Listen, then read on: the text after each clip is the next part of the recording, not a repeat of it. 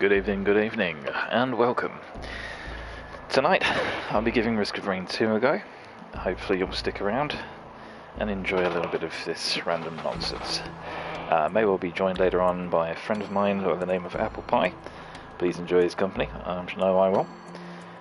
First of all, probably just going to try a quick challenge to see if I can get Rex, I know is the one on the end here. Bit of difficulty obviously with that power supply, we've got to get to it, so other issue being obviously you need to get to the Scorched Acres, I think it's called. Wanting to get a new survivor, not that I'm particularly adept at the others or anything, but just trying to see what I can do. I know multi is a good option though because of his retool. You can keep that energy pack from exploding if things get a bit dicey, so I think I'm going to keep things as they are, not that I've got many options anyway. What I'm going to do is just jump in and hopefully we'll see what happens. If as and when we do have Apple Pie join us, we'll obviously be switching up, we'll do a little bit of some co-op and hopefully see if we can do a run of about 20 laps or so. I know you can get the achievement for Commando, and my boy Apple Pie is pretty hot on the Commando, so although if I'm honest, probably at the moment, Engineer, I'm loving the Engineer, and I've got quite a bit of blood for the Captain. I couldn't even begin to play the Mercenary. That's got some serious top level skill caps. I'd be interested to play anyone that can play that character. I'd be very interested to play with them, just to see how that works, because that's some top tier stuff. But anyway, jumping in, here we go. Now I'm gonna hope for Titanic Plains. Also, this awesome music as well. I get over how good music in this is. Ah, wait. Alright. Issue number 1. He doesn't drop in. Also. Okay. Doesn't drop in with an escape pod, of course. Yeah, so I didn't think this through. That's going to need to be a co-op thing. Alright, we'll stop trying to cheese this then. Okay, who's survivable? Now, obviously what I'm going to do is I'm going to try and find a new altar and try and make sure I get everything. Be going from 3rd to 4th environment. Okay. Artificer I like, but maybe not enough for that. I might jump on Captain, just because of the defensive microbots. Not only that, I can get the... if I get the aqueduct, I can actually get the secret area there, hopefully, with these drops. So, alright. Round 2. False start. Now what I'm going to do... lovely. Right here. Probably...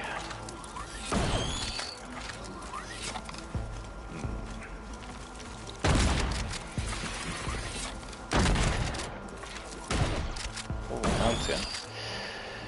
Do I want mountain?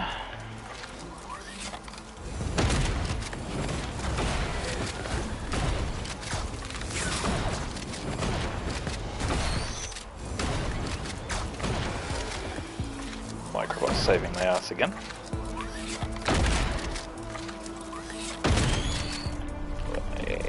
Right, should be more than enough. Shotgun's going to benefit from Focus Crystal as much as I like the extra health. Gonna have to pick that up.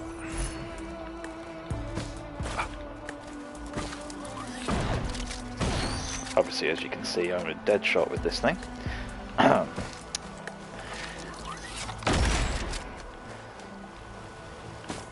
think what I like about this is like the escalation of this really picks up. Like, this feels nice and chill. And obviously I am feeling confident tonight, even though I didn't think I was, but sure.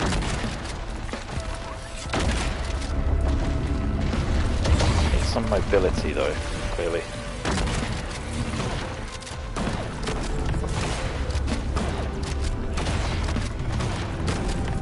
this lies not too bad currently.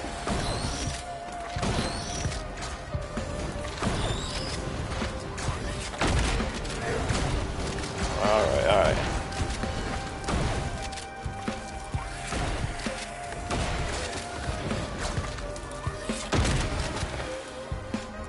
Didn't think I hit that, but clearly I did. So, I mean, if anyone wants to jump in at any point and drop their thoughts, I'll be honest and say that no, I haven't played the first one, which I know. If you've seen me before, you know that I pretty much picked this up from Vinny Vinesource. Looking at that, I don't know. I saw him play it with a few mates, and I was thinking, you know, between me and a couple of guys I play with, we like having some stuff to get on with. And reasonably speaking, like, anything with a roguelike atmosphere like this, I think really benefits team play. Do I get the lockbox? Probably not going to get it. Because, honest to God, I love Gusty. Alright. Watch out for the sensitivity. Wow. Okay. Got some hops. So, yeah, I'm not exactly an adept streamer, as you can clearly tell. But I hope anyone who does tune in gets a little bit of something out of this. I know it's quite difficult these days. There's a lot of streamers, you know, like picking your favourite can be hard. But, you know, I think it's good to have a bit of a variety. It's good that, like, anyone can just hop on and say, you know what, fancy showing this to the world. And frankly, yeah, I enjoy that. It might not be the top tier gameplay that you're coming for here. Hell, I wouldn't know why you come here anyway. Oh, God, sorry, but I need to marry this composer. Fucking drops are gorgeous.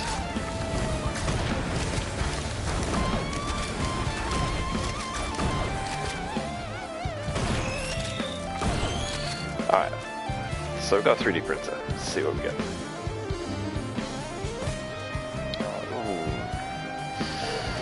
Propulsion armor. Yes, please, but I don't want to sacrifice any of this. Oh my God, am I going to do... Alright.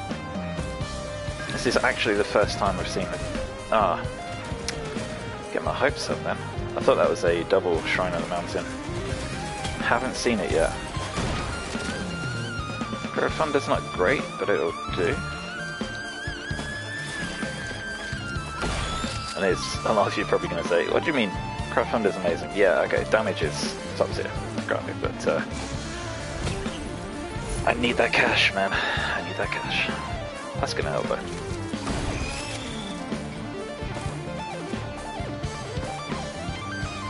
I get like the impression with this soundtrack that being as they're an indie team, they were just like, hey, can you make music? Yeah, I can make music. Okay, do what you want. Awesome.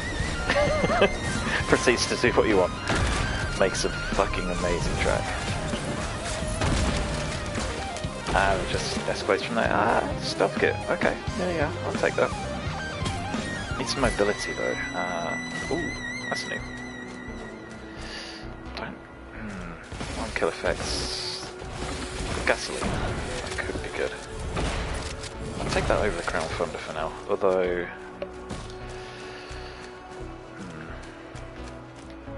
See, with Shrine of the Mountain on, really, I'd want the Crowdfunder to chew it down quicker, but what I'm really looking for is some sort of more AoE based stuff. I'm gonna pop the Zion down with the 2 drones. Let's see what we've got here. Ooh, okay, nice. Scrapper, take it. Misclick, excuse me.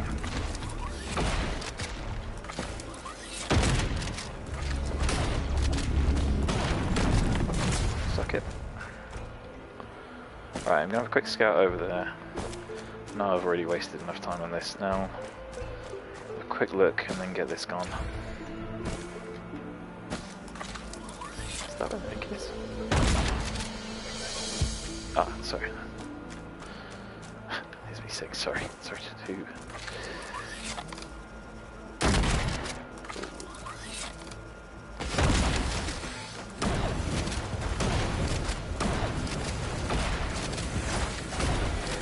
Damn, this gun is good. Serious recommendation, like, if you've beat the game and you get the cutscene, do not hold off on playing this character. This is a fun-ass character. Am I going to make it to Mithrix with this? Probably not, but... And yes, yeah, I know it's drizzle in that, but this is just for the challenge completion.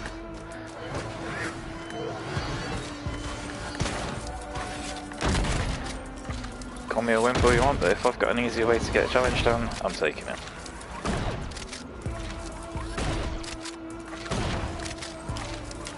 Still learning things about this game though, like, obviously I want to find a lot of the patterns for the different artifacts. I'd like to do a couple of different artifact ones. I think a few of them can be really nice, make it quite interesting, but obviously I know you've got to find the ones you want to do it. If you look on the wiki for this, there's an official wiki, and they give you hints to find them. So if you don't actually want to lose that aspect of, like, discovery, which I think is a nice part of this game. More gasoline, more focus, more focus. The little discovery part of this game, I think, is a really nice little touch. Like, there could be stuff, seriously, like, some of the stuff in this, I bet, you know, you're not gonna know it. You're probably not gonna even think of it, like, so, yeah, I think this community discoveries and stuff, that kind of thing, is nice. And the fact that they've kind of laid some groundwork, giving you some hints and stuff. Obviously the answers are there if you want them as well. I think things like this, you know, people are kind of going to want to have that opportunity to go, you know what, I can't find what I'm looking for, I've tried everything. You get a little bit of frustration kick in, and that's fair enough, you know. I think I'd be mad to jump down here, but you know what, healing drone, fuck it. Yeah, that armor coming in handy, I think. But yeah, it comes to it. The hints are telling me to look up above. So, ooh, hello, big boy.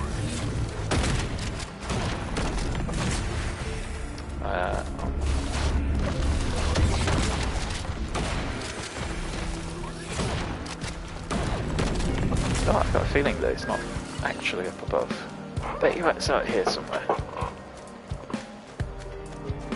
Pretty sure that's it for the area though for items, so I'm going to hit the teleporter in a second. Ooh, was that it over there?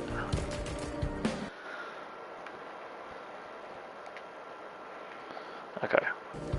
Screenshot taken, I can blow that up later. I'm going to see if there's anything out there.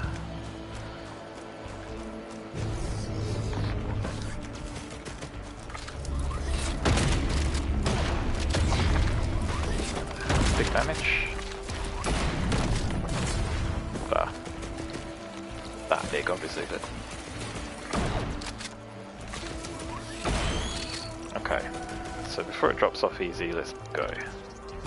I think I can use this bit of equipment to, like, trigger... I know I'm not using the taser, by the way. Yeah, I find that that's not as useful on this character. I don't know, maybe I'm not using it correctly or something, but... No, I've still yet to work out how that works. But what we can do... last run I had, by the way, was... oh, that music change. It's one where I had this smaller teleporter range, so... I'm kind of used to that being something... Oh, vagrants, okay. And what did I not do?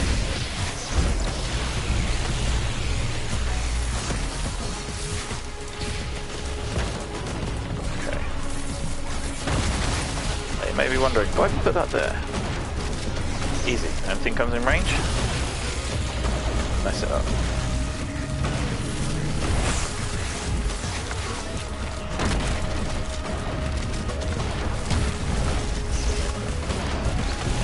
I can leap to safety. Should I need to?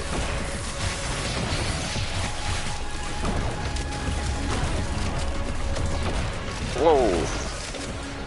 Okay.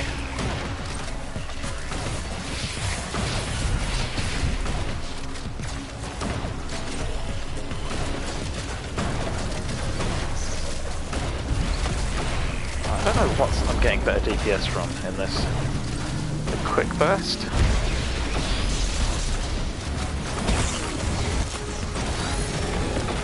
think probably a quick burst at this point.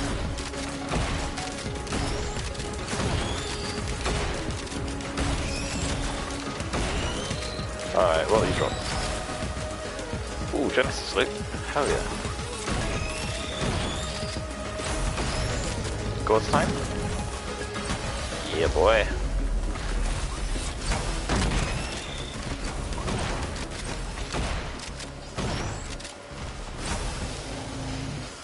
No, I'm not using everything effectively. I get that, but at this point, I'm just like, you know what? I still don't know my way around this game. I'm gonna make mistakes. It's fine. Right. Where the hell did I land? I'm pretty sure it's down here somewhere. Oh yeah, I know. Right, so I haven't really got much survivability. Stealth kit is kind of nice, but I'm not really feeling it just yet. I kind of need some mobility and some survivability, some shields, some armor plating, something like that. But let's go. We can do this. If we can't do this... Oh, yeah, okay, forgot that replaces equipment, but fuck it, let's go. I can at least wait until I find more equipment and then just kind of pick this up and take it through teleporters with me.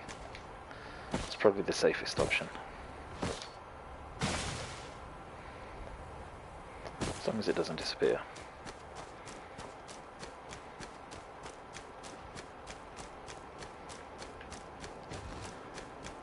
Okay. I'm gonna hope for Aqueduct next. Aqueduct next would be really tasty. Fingers crossed.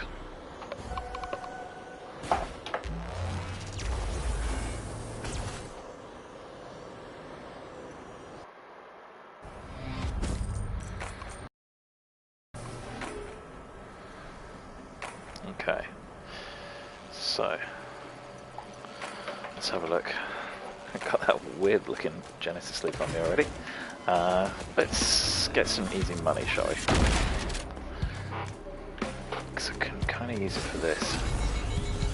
Oh shit. Yeah, well, I'm an idiot. But I got the rose buckler. So yeah, let's try that again. It's me forgetting that using the bloody Shrine of Blood with the fuel rate. Ah. Okay. I wasn't too hot on that start anyway. So, no biggie. Great thing about this. Die, retry. It's no biggie. Ah, Distant Roost as well. Not my favourite start, but you can't have everything you want. I don't think I've started here before.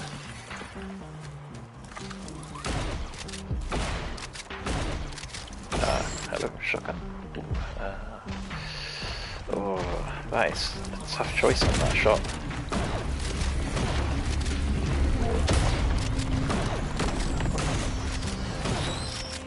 Okay, well, we've got 32. Bastard.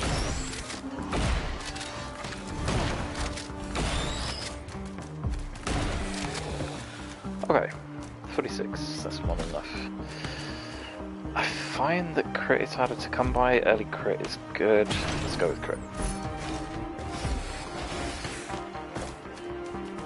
Come to Papa.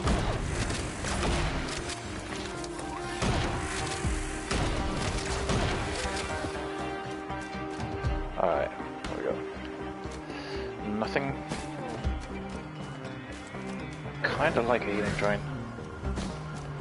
Something.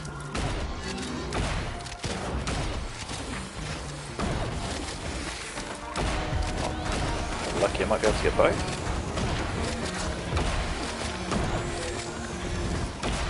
Hey.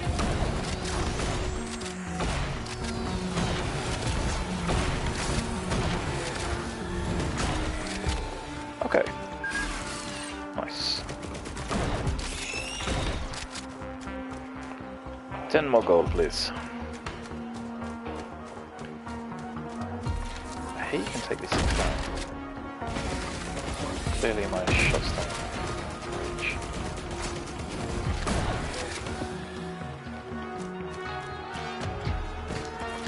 Let's try.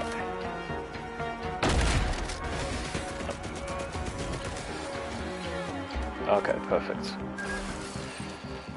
Ah, wasn't hitting a drone. Ah, it's fine. Gonna drone's fine.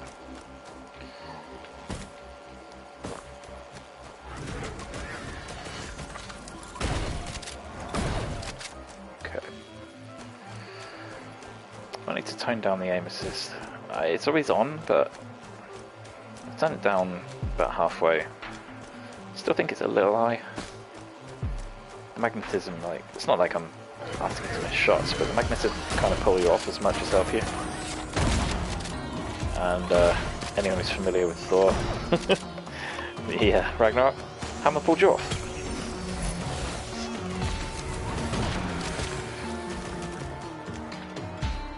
Yes. Honestly, that film is probably the best. I mean, like, one of the better ones. I hear that the next Thor is going to be pretty decent. Not the same director though. I'm not sure about the director there. It's pretty cool. Yeah, no. I think everybody's having the same kind of response for Marvel films at the moment. That you kind of know that they're going to intrinsically just be a good watch. Like, you're not going to have a disappointing time. You're going to have something and you'll enjoy it. It'll be something to pass the time, and you'll just, you know, have a pretty good old time. Hello. But there is kind of that thing of like, hate to say it, it's not like it's necessarily derivative. Like, I hear Shang-Chi, you know, is a good film, nothing wrong with that in the slightest. I'm sure I'll watch it, I'm sure I'll enjoy it, but it's not something that's going to make me really think. Like, I have this weird thing with films where quite often my favourite thing in a film is if it, like, I don't know, like, angers me. Not like angers me, but like makes me question it in some way. Like, but not for, like, you know, it's badly made or this and the other. Like, if it's got some subject in it or topic that, you know, it's trying to convey, and somebody's actually got something to say with it. Should we go Crowbar? Maybe Crowbar. What? Ah, Mr. Apple Pie. He's with us. Apple pie, apple pie. How you doing, mate? Yeah, not bad yourself. Yeah, I've just been gunning away, trying to do a little challenge with this. There's the fuel array thing. You remember we picked up that fuel array in Risk Rain, and yeah, we learned quickly that thing explodes on your back. Yes. Yeah, I completely forgot. Hitting the blood shrine, yeah, that just automatically detonates it, and I'm like, yeah, how many times do I need to do that before I learn? I'm not a smart man, but you know that. It's fine. Yeah, but I've kind of learned what this is going to be for, because if you get to a certain level in here, there's this robot that you can put it in, but it's like 4 levels deep, so... oh, that sucks. Yeah, and you can't drop below half health the entire time, so also fun times. But there's kind of like sneaky ways to get around it, so I was thinking it's only when it's your active item, so if you put it like on the floor or something and pick up another equipment, then you just pick it up when you need it and carry it between levels. That might work. Yeah. Are you down for joining me on this tonight, or are you going to go for some Far Cry? I think I'm gonna go for some Far Cry, because I haven't really had a chance to play it. Yeah, I know you had a little bit of time yesterday, but you've not had any time today, no? No, I've been at the hospital. Oh, yeah, I remember you said. How are you feeling? Yeah, I feel like shit, but I've got some antibiotics now, so... You say 111, they're actually sorting it out better than your GP then? Yeah, I got to see a specialist. Oh, Jesus. Um, that's crazy. Yeah, I know, But it's then, insane. But then my GP's not very good, so I think most people feel that way at this point. I think like GP was kind of like there to kind of go, "Hey, what are you here for? Is it the usual? No. Okay. Well, let me give you a bit of an idea of what we can do. Go to the pharmacy. That's what you can do, and they'll just give you the overkill and yeah. stuff. That's pretty You much have it. to call like 100 times, no joke, like a Oh hundred God. times in order to get through. They're that type of farm. They're that type of GP. Oh man, they just keep me on the line.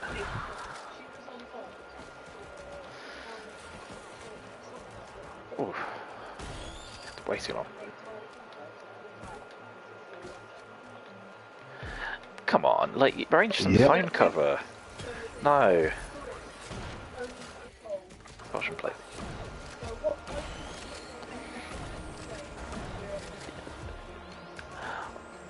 Or just like do it in rotations. Like have somebody who does one lunch and someone who does another. Yeah, like that's if you've got a phone line, especially for a necessary service like medical service. I mean, come on, like you just turn the police off. They do that as well, or you can't do that. 999 is like, yeah, sorry, we're on lunch at the moment. I'm bleeding to death. Yeah, sorry, we're on lunch. Um, you have to call back. Okay. Yeah. It's yeah. So, but it's bad when 111 is better than your own doctors who actually have the time to see you. Or should have the time to see. Yeah. I don't know. Is that just the way it's going? Because I guess less people call 111 overall. They kind of like go straight to 999 or GP or whatever. It's not used as much, I Yeah. think. Well, it's usually busy like during the day, but the time it depends. I mean, some days, one time I was there for 4 hours. Jesus. But Was today I that was during the in height of quite quick. COVID? Oh, that's good. No, this was before COVID. Ah, okay. Because I remember my housemate woke up when we were at the old house. He was having like some like palpitations and stuff, and like we were really worried, like thinking it was possibly a heart attack or something. Turns out it was just like a panic attack brought on by night terrors or something. But like it was really rough for him. Like he was barely able to speak and whatever. We're all like really concerned and stuff. And yeah, it was on the hold to 111 for like 20 minutes trying to get through. And like, yeah, I'm trying not to call 999. We don't know that this isn't a heart attack. Like I'm not.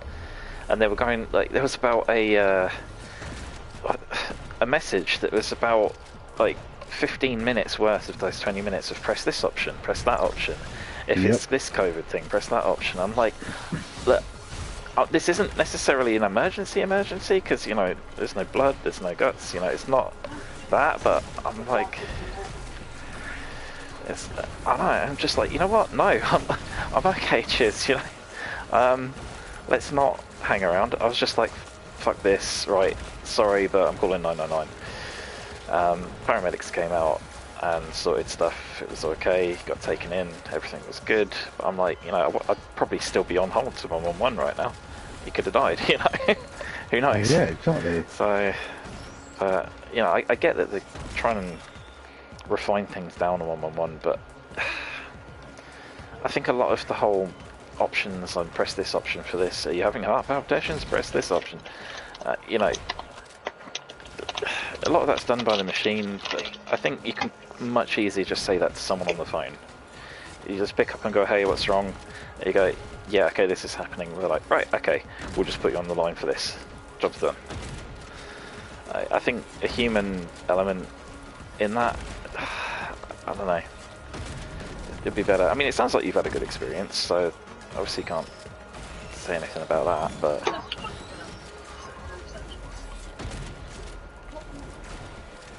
On 111? No, these 111 pleasant, really nice. Oh, GPs, yeah. I guess, I don't know. It's a different mentality about things, I suppose. GPs kind of go under the impression like, yeah, we're busy, we know you're busy, just bear with us, there's no other option. Yeah. Sort of thing. We're like, okay, yeah, fair enough. Ain't gonna do that, but then like if you try and say actually like no, you wait, sort of thing. Like I think they do get a little bit of that kind of idea of, I wouldn't say superiority. Superiority is the wrong word. It's more like, I don't know. They have the ability to say no, you wait, and they will use that. It's like, I know they've got tons of people to talk to. I get it, but it feels a bit uppity to me. I don't know. Right. But yeah, I've got a 2-week course of antibiotics. The longest course I've ever had. Ooh, damn, Dan. Yeah, that ain't good. When you're on, is it broad spectrum? Do you know? Is it what? Sorry. Broad spectrum, so it's just like not targeted antibiotics. Just like, here you go, this kills everything, kind of thing. I don't know. I'll just take what they give me. Fair enough. They didn't talk it through with you or anything. What they're giving you, just this is like generic. Yeah, they're the experts. Nah, fair play. It's just broad spectrum. You get more side effects from, because obviously it's like where all your internal microbes and stuff all get killed along with it. So you probably might get a touch of bellyache. I always get a bit of a bad belly if I'm on antibiotics. Yeah, I mean, I'll take that. So I'll take that payoff just to get rid of this pain. Has it been bad? Is it? Yeah. Did you just have it today, or have you been putting up with it for a bit? I've been putting up with it, but today was really like enough much, yeah. is enough. Yeah. Yeah, I can't blame you if that's the case. At least you're getting it sorted. Fair play to you. Like, we always, I mean, you're like me. You just put up with stuff for a little bit, and you're just like, nah, it'll go away in time. It'll be fine. And then it's not fine, Yeah. and you're like, And it's not fine. It gets worse to a point where you're like, I should have gone a week ago. yeah. No, I'm glad you got it sorted, man. Oh, God. But what are you gonna do? You're gonna be streaming some Far Cry 6 tonight, you think, or are you gonna just like chill with it and enjoy? I'm not actually sure yet. I mean, it was fun to watch it yesterday, I must admit. The Guapo really got me. That's his name, isn't it? Guapo? Yeah. That was a little silly, but I like that. It's cool. I was unexpected. I thought they were going to go super serious. But, I mean, was No, that... Far Cry, the storyline's always super serious, but like the side characters and some of the side missions are just stupid. I think Far Cry 3 was when they started that. Because there was a quest where you had to burn down a weed farm. You started getting high, and then the Damian Marley music started playing. I kept dying during this. Oh, yeah, I can imagine that, to be honest. Ah, that's cool. They got a good sense of humour then, I'll give them that. I watched a couple of documentaries today. I watched one on the Far Cry villains and making Kratos. Or Raising Kratos. Raising Kratos, yeah. That was about the last game, wasn't it? Yes. And, sorry, 2 sec. Yeah, no There we worries. go.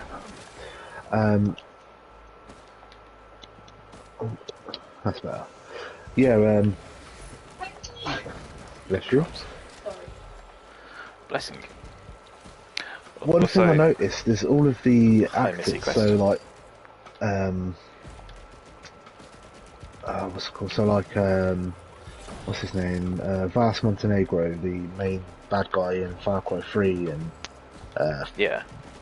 his actor, and there was the actor for Far Cry 5, and also Chris Judge, who plays Kratos. Oh, yeah, who does the physical mocap and stuff. yeah, they all say the same thing. They're like, oh no, their agents say, oh, you know, they've reached out to you to look at the script, and they're like, what's it for? A video game? And then they go, ah, nah, like I don't want to, like, well, I want to. And then the agent always says, oh, just read it, and it's like because they don't play games, or some of them don't. Yeah. They'll say like, I remember just playing like Pong or Tetris, thinking, and then Oh, they how read the times script change, and yeah, they read the script and they're like, oh my god, this is amazing. Like this is like a movie. You're like, yeah. It's And become they change like their that. minds so quick. I think if there's anyone from those previous generations that haven't re-engaged with like modern games and whatnot, because they're just like, oh, like, you know, why would I want to be in a game, you know? Yeah, they're definitely missing out. I mean, I think a lot of actors have really added to that. You get some big names now in there. I mean, not that I'm a big fan of the guy. But kind of, his acting is good. Kevin Spacey's role in that Call of Duty, Oh It was- yeah, yeah, I think that kind Yeah. of broke the mold for a lot of the Hollywood side of things. yeah. And they were Kit like- Harington did COD as well, didn't he? Yeah, you think Kit was more of still an up and comer at that point, like in terms of, which was obviously he's got Game of Thrones and that, but I think you need like more than one big series to really break it. Has he done much since? I don't even know if he's done much since. I think he's in a new movie or new series. But that Vars was saying that that really helped his career in terms of acting. Okay. They didn't even want to. He just took it on a whim, Yeah. and he improvised on the audition. And Hey, good man. because of how good Wing his it. audition was, they had to change the entire bad guy. Oh, They nice. already had the bad guy sorted, and they were like, no, Like, no, no, it's no. got to be this guy. Yeah. Oh, that's cool.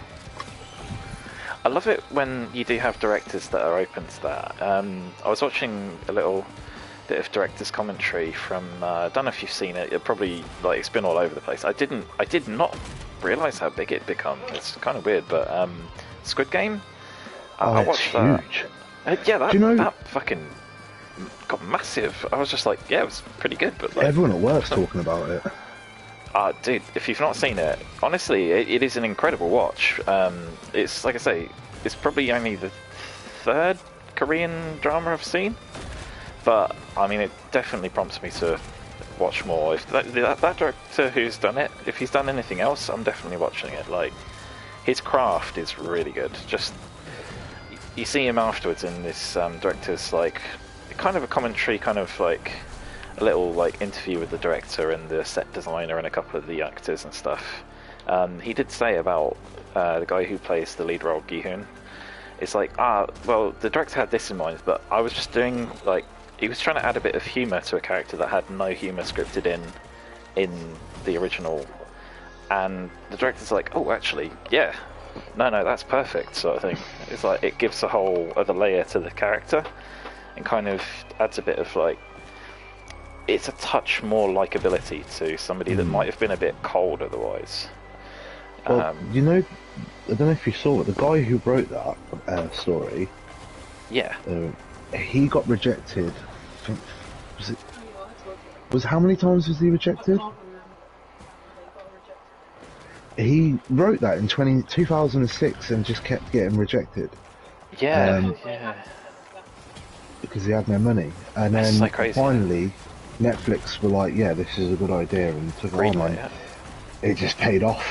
I don't see how it's about, like, you watch it, man, like, there's nothing in there that makes me think, oh no, that'd never sell. It's like, no, that's a really great idea. Like, it's got so many layers. I mean, it's got potential for more as well. I don't think that'll be the only entry we see from that. It'll have to have at least another series. Yeah, people love it at work. I mean, and you know what makes me think? Yeah, this is Kind of going wish to there be a good wasn't series. hype, but A lot of the people at work are quite old-fashioned in the way of, oh, well, I've never watched an overdubbed thing, but this is amazing. Like, yeah. And I'm kind of glad because it's opened people's eyes, and maybe we'll get more foreign movies and series. Yeah, I mean, we both watch stuff that's, that way inclined anyway. I mean, if it's not anime, we've both watched Japanese series and whatnot, and even, like, I think we've both watched a bit of Bollywood in the past and stuff like that. Yeah. Yeah. The language isn't that much of a barrier anymore, I know. No. There's... Oh, one thing I did read though is there was a Korean woman who was saying that you need to watch it dubbed, don't watch it subbed. It apparently changes the story completely. I heard that the subbing wasn't done completely as accurately as it should have been, so they're going to do a re-sub for it. So, I mean, an excuse to watch it again, sure. There's some twists in it and stuff, which are not going to have the same effect, but I do love the character performance. Like, I really did not know there were such good actors. I mean, one of the people in it, one of the characters who I'm really fond of, it was literally their first acting role. They've never acted before, and they do an incredible job, and I'm like, what the hell? How are they so good? Mm-hmm. Yeah, the guy who wrote that, the amount when he next writes his next story, he needs to just say fuck you to the other guys, even if they offer more money, and stick with Netflix. As much as Netflix is this big corporate company that, just does put out some low quality stuff. Yeah. I've got to respect them for taking a chance, and if I was that guy, I'd be like, you know what, I'm remaining loyal. Like, I'm not going with these other guys. Yeah, I think probably in his home turf in Korea, it's probably a lot harder to get things greenlit like that if it's a bit more oddball. I think they're a bit more straight-laced with their content, which I think Netflix is perfect for, because it's like, yeah, we'll do anything from pretty much any country you can think of. Is it strange? Yeah, okay, yeah, we don't care, that's fine. Like, bring it, kind of thing. Yeah, that is one thing about Netflix. I mean, South Park even made an episode about Netflix where they were like, yeah, we just write anything and Netflix will buy it. Yeah, so I've got to respect that. them for the chances that they take. Yeah. Somebody watches it and likes it. Yeah, but you know what I mean? Like, there's going to be people that are like, yeah, I'm on board with this. I mean, you'd be silly not to. If I had a streaming company, I'd be on it as well. Even if I didn't like anime, it's a multi-billion-dollar business. Yeah, I mean, they've been on it for a little while, for a few years, but you're right, they have stepped it up, I think, to be honest. Even Amazon are trying to get rights, but I mean, it's difficult when you've got Funimation. Yeah, well, which is now Crunchyroll, I guess, because Crunchyroll are the parent. Yes, yeah. Well, Sony owned Funimation, and Sony brought Crunchyroll, and I think they're merging the two companies. Crunchyroll, sorry. Yes. Are they using the Crunchyroll branding for all their anime under their title? Because I know Crunchyroll's got a bigger, like, base of clients already. I'm not entirely sure, but I mean, I know that they are merging them to make it one big. Yeah, one big platform. And also, I'm hoping the coders for the Crunchyroll app and website are like, we're taking over. Yeah, I mean, no offense to Funimation, but okay, I'm sure it probably works fine on PC or whatever, but fuck no, does it work at all on bloody PlayStation at all? That was just the menu system. Everything was clunky and awful, and it like barely worked. I wonder if I could get it on there actually. That's it. Yeah. No. Oh my god. Ah, shit.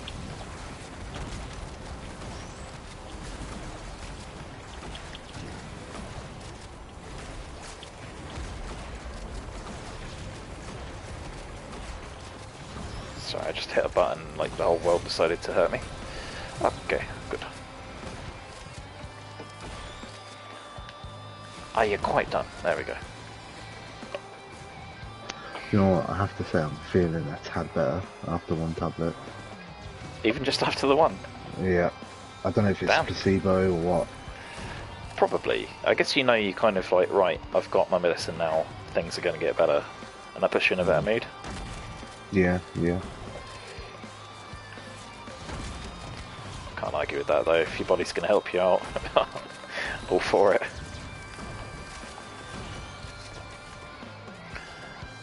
Honestly, dude, you need to play the captain in this game, he is really satisfying, man. See, I played as him and I wasn't a fan. How long did you play as him for? Maybe a few levels. Okay. So I say it did take a while to get used to, but I don't know, the shotgun's just... Maybe I'm just a shotgun fan, I don't know. It's just satisfying. You knew that you could hold the trigger on the shotgun and it focuses it in like a... Yeah, It focuses the spread? rifle. Yeah. Oh, you got that open. Eh? Remember before you weren't... Oh, yeah, no, I haven't opened this bit before. I realised that you could use one of this guy's drones to sit on a button, and then I could find the other button, and I finally found it. It took a while though.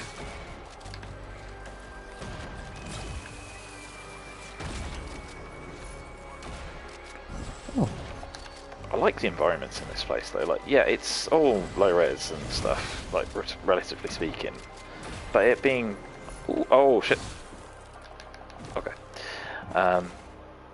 Oh, holy shit, awesome. But this being just indie developers and whatnot, I don't know, the themes and the feeling and everything, I don't know. They put a lot of work into it, I like it. Considering that the last installment was a fully 2D thing, like, it's pretty tasty. Yeah, you can tell, like, there was a bit of a cash injection. But I mean, the first game got high reviews, so... Yeah, I'm not surprised. I'm going to go back and play that as well, because it does look, you know, it's kind of my thing. I do like my 2D side scrollers and whatnot. It's like I'm saying, the whole Metroid thing. Always been a big fan of stuff like that, and I want to play Super Metroid again, but it's really hard to. You've got Metroid Dread out now. Yeah, actually, Super Metroid, I'm sure you can. Kirsty, can you do me a favour? Can you pass me a Switch? Or are you fighting? Oh, have they got it on the store for the Switch, are they? I'm gonna have a look for you. Thank you, man. Because I don't know, just a revisit before the new one would be really good. Because it's going to be like Christmas time before I can play Dread and whatever, so...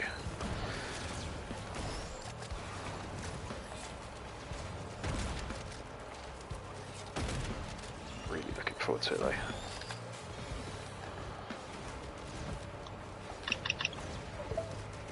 There's just something about the environments and stuff they do for those games.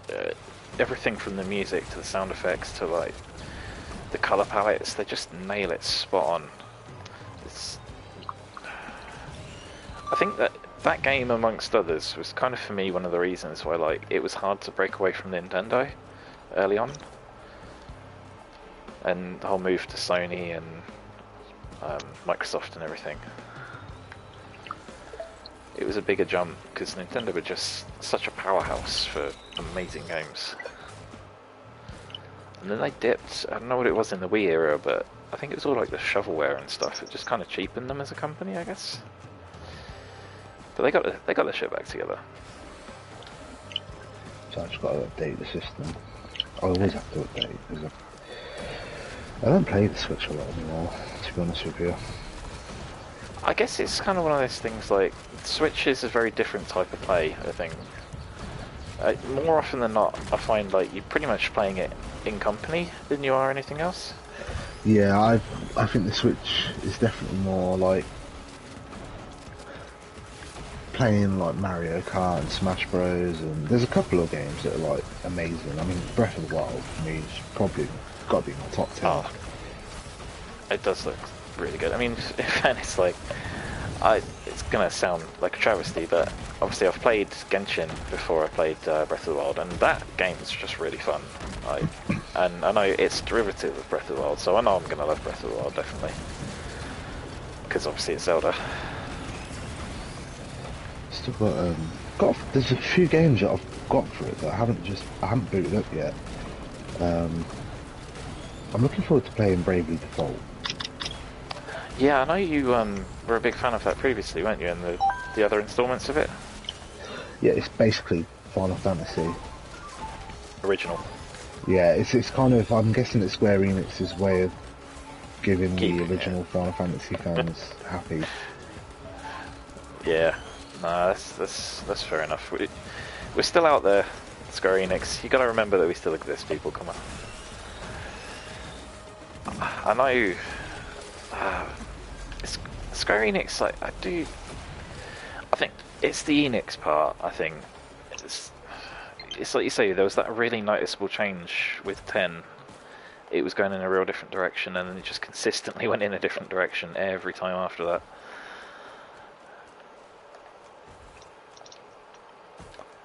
Although I had to think who Enix even were, where they came from before the whole Square Enix Dragon merger. Quest. Yeah, and weirdly, Tomb Raider as well. Tomb Raider? Yeah, Tomb Raider. That was Eidos.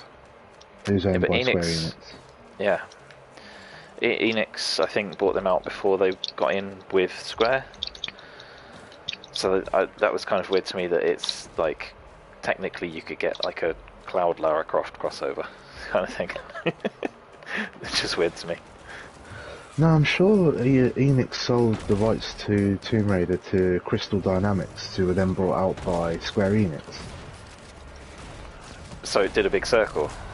Yeah, Crystal Dynamics. Who are they? Are they still about? I think they're a French company. Yeah, they still make them. Oh. But it's just licensed essentially. It's not like they own it, sort of thing.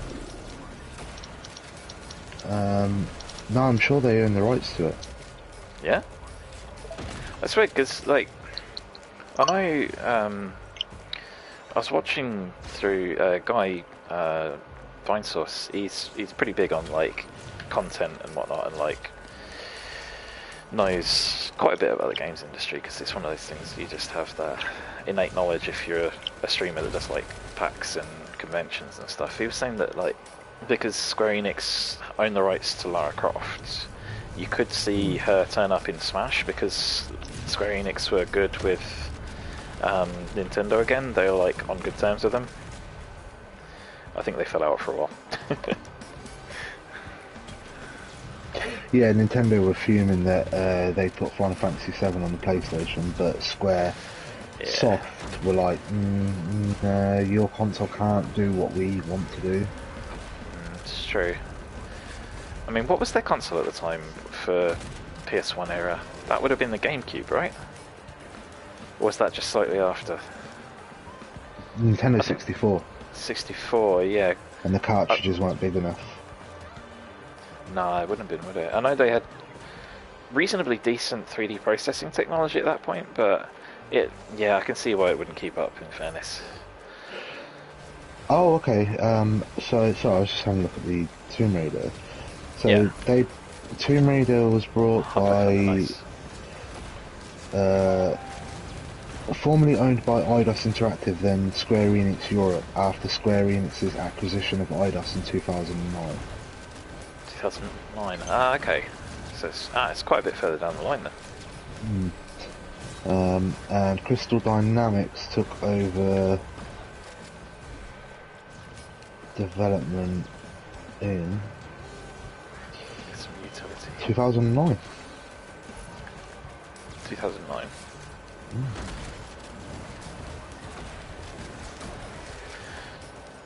This has got me thinking about Chocobo Racing now, which is... I know, I can't wait for that.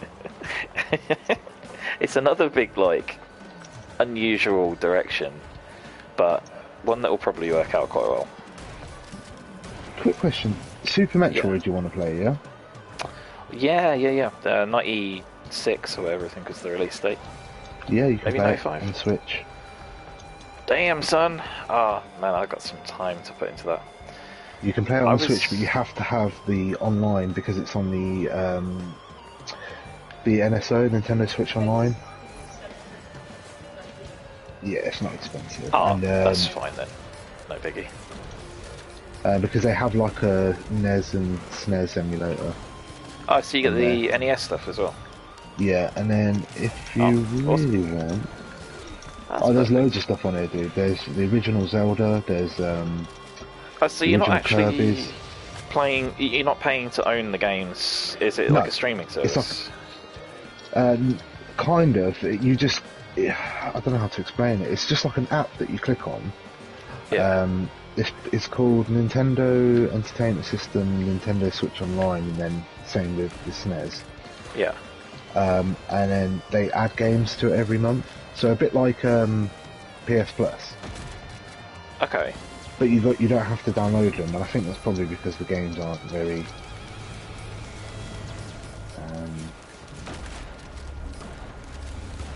What's the word I'm looking for? Well, I guess the Switch doesn't have a huge capacity, does it? So you can't be downloading No. everything. But I'm just. So you got the original Super Mario Brothers. I'm seeing if they've got Always the fun. original Metroid on there. that'd be Game Boy. Oh Metroid, no, sorry, yeah. that's Metroid 2. Sorry, Yeah, there's the original Metroid. for NES. I think the one I preferred was Metroid 2 out of Metroid 1, Metroid 2, Metroid 1. Because it was a little bit more like involved with the weirdness of the Metroids. The N64 is coming to. Oh yeah, that was on the Direct, wasn't it? Yeah, boy, I'm excited for that. Just think, like, that's actually not bad. If they do a Game Boy support, like, for the different Game Boy variants, like the Advance and stuff, then really all they'd need to do is add GameCube, and then that's it. Like, Nintendo have everything on one console. Breath of Fire, do you remember that? Yes, I do. That's good on stuff, there, and that Breath is. of Fire 2. Very nice. But yeah, you've got your original Metroids on there. Awesome. Ah, very nice. I am going to sincerely recommend, if before you touch Dread, seriously consider taking a look at least at Super Metroid, if not doing Zero Mission and Fusion. It probably won't take you too long, so you're not going to have to put tons of time into it, but just like understanding that game before going in is going to be a big thing, 'cause it's like, this is, I don't even know how many years it's been. It probably like must be 20, it must be like 15 if not 20 years since the last installment of a 2D Metroid. And it is sequential. Although I didn't realise the Legend of Zelda Link to the Past is on here. Oh, okay. More Also, time could easily be spent. Yeah. what else I didn't realise is that Earth Defense Force was on the SNES. The first one. Didn't know that. I thought it was a relatively new franchise. I say relatively new, within the last 10 years. The latest episodes have all come out, like 4 and 5. They've all been in quite a short amount of time, I think. But Oh, so it was a side-scrolling bullet hell. see, that's you look at you looked at the trailer with me, didn't you? And that was like just the most bizarre B-movie stuff I've ever seen. Oh, what, Earth Defense Force? Yeah. Yeah. Fair play though. I'm not complaining. I think that's got its place. Like, if we ever aren't like knowing what we should play, it'd be like, yeah, I'm going to put it out there, some Earth Defense Force. Oh yeah, and if it's two-player, you can play online together. Ah, nice. And also, you can watch your friend play. What, the SNES stuff? Yes, yeah. You can invite me to a lobby, and then you can just play your game, and I can watch, or vice versa. I'm Damn, going to son. Super Metroid.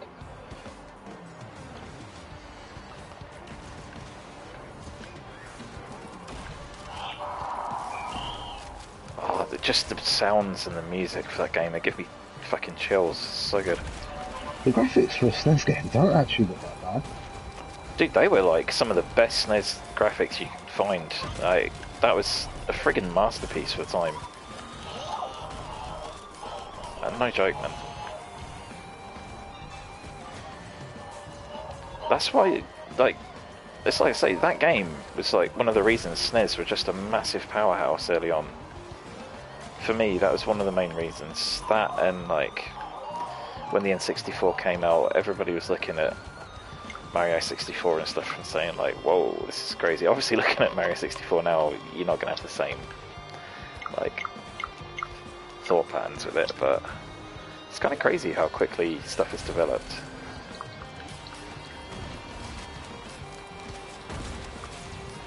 I'll leave that in Retina so it can download it with everything. So, Oh, dude. Look, you bloody enjoy that, mate. You're gonna have some fun. I know I'm not playing Metroid yet. I haven't got Nintendo Switch Online because I haven't played it in a long time. Ah, right. Because I usually buy it like monthly because I'll go like a month playing it and then I won't play it again for 6 months. Yeah, that's fair enough. I mean, Do you know what it is? I think it's first world problems. That's the issue. we get drowned with those, don't we? It's like, I've got... literally, haven't we, Curse? We've got about 15 games to start on Switch. It's tough. It's tough because like we only have so much time. Yeah. Tell me about it. There's some No, damage I'm in it. good. Yeah, no, being an adult sucks. It really does. Really does. I've gone with the days. I saw a post. I'm gonna have to send you it. It's like it's 2008. You just booted up Fallout 3 for the first time. Some woman just told you to go and check out this weird local supermarket. Life is good. And you're like, yeah, it was, wasn't it? That was the first game my mum actually told me to turn off the Xbox. Really? Yep. I love that you've got that memory in your head still. It's Yeah. like, yeah, that was it. The first time I got told to turn it off. I was on it good for times. 13 hours straight, and my mum was like, nah, it's Wow. enough. Nah, it's too much. It was over Christmas, so like, 'cause Oh, don't get me okay. wrong, I wasn't very, even though I gamed, I was in that stage where I'm like, I want to go out more than I do want to game. I remember I was like that for a long time. This is why I had a big gap from gaming in my life. It's like a couple of years where I did not game at all, and then I got a 360, and it's like I missed the entire PS2 generation. That was the generation that I missed out on. I just See, was not mine into gaming. Mine that was point. the 360 generation, but then you're slightly older than me, aren't you? I am, yeah. Yeah. You youngster, God damn it. Not by much. Not by much. But, Enough, brother. Enough. but yeah, no, that must be like a theme then. Like, game is just like, nah, I actually want to eat like women.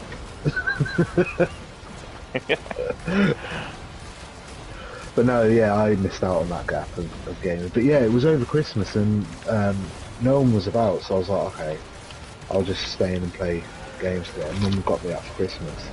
Yeah. And like, and I just turned it on, I remember, put it on in the morning. The only time I went away from it was to have dinner, Christmas dinner. Yeah. And yeah, my mum come in, she was like, no, you've been on that for like 13 hours, you've got to turn it off now. That's ridiculous. It's a bit ridiculous, isn't it, when you look back at 13 hours? Yeah. Shit. But then we have played MOBAs as well, so... not MOBAs, MMOs, sorry. MMOs, yeah. Yeah. No, yeah, that's true. But it was that game of one more mission, and then you get a side mission, and then all of a sudden you're in this like this never-ending loop of, well, I'll get back to that mission. I'll turn it off when I've done the next main quest, and it's like you've done about 50 side quests in between. As long as you never do a main quest, technically you're not progressing, so you know you have to wait for that. You're like, I haven't actually progressed anywhere. You trick yourself into it, I guess. For me, I think when I first got the 360, first game I touched my hands back on again after like literally going from PS1 era to that, with like some PC gaming and stuff in between, granted, but yeah, that was PS1 era stuff like Medal of Honor and that, and then the next thing I touched was Rage. If you remember that? Oh yeah, Rage, I remember that, yeah. Yeah, and I spent ages on that because I was like, ID Software, nice, they've actually got another installment or something. It's really cool what they've done with the resurgence of Quake, actually. I'm well into that right now. Unfortunately, my PC is broken, but I was playing the remaster for Quake, and honestly, they've done it really well. I don't know if you ever played the original Quake at all, but that's a good game, man. Quake was fun. I had what did I play that was similar to Quake? Unreal Tournament. Ah, yeah. Unreal That Tournament was has definitely got a lot of hours in that previously. But then I got a lot of time in FPSs in my youth. Like what they call boomer shooters now. Because obviously the current like first-person shooter style is your Call of Duty style or like your Halo style, whereas stuff like Quake and that is like a way older way of doing stuff. So yeah, the Gen Zs tend to call that style boomer shooters, which I'm not a big fan of, because like at best it would have been like Gen X that was playing that. I mean, boomers were making money off those games. Don't get me wrong, but they weren't playing them. No. Although my mum used to play games. Your mum's not a boomer though. She would be Gen X. No, my mum's not a gamer. She would play football games with my dad.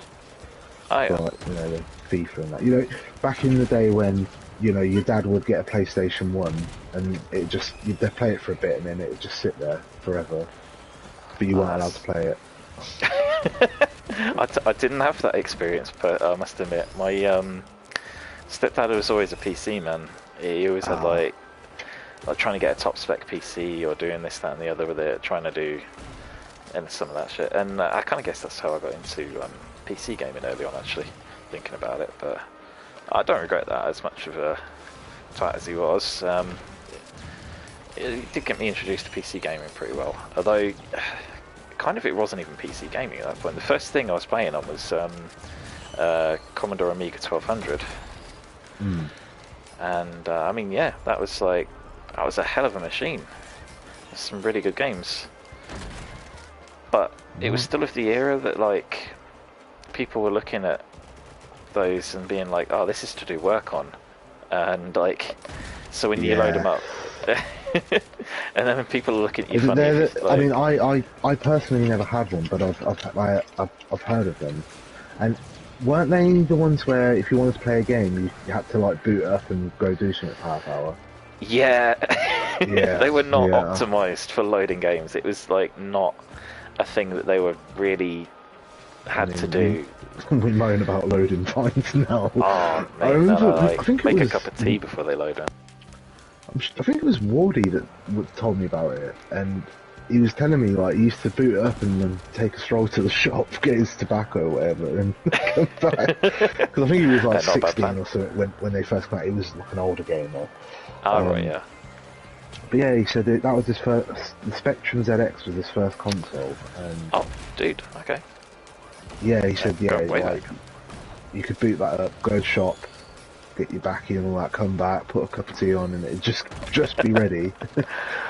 I have a little bit of like jealousy for those people in that generation that were just like learning to kind of like understand what gaming could be, and like seeing those like early days. I mean, I think I saw enough of it to really kind of appreciate it in some ways, because there was stuff I played like on the Amiga that were the first of its kind of things, like the first Monkey Island.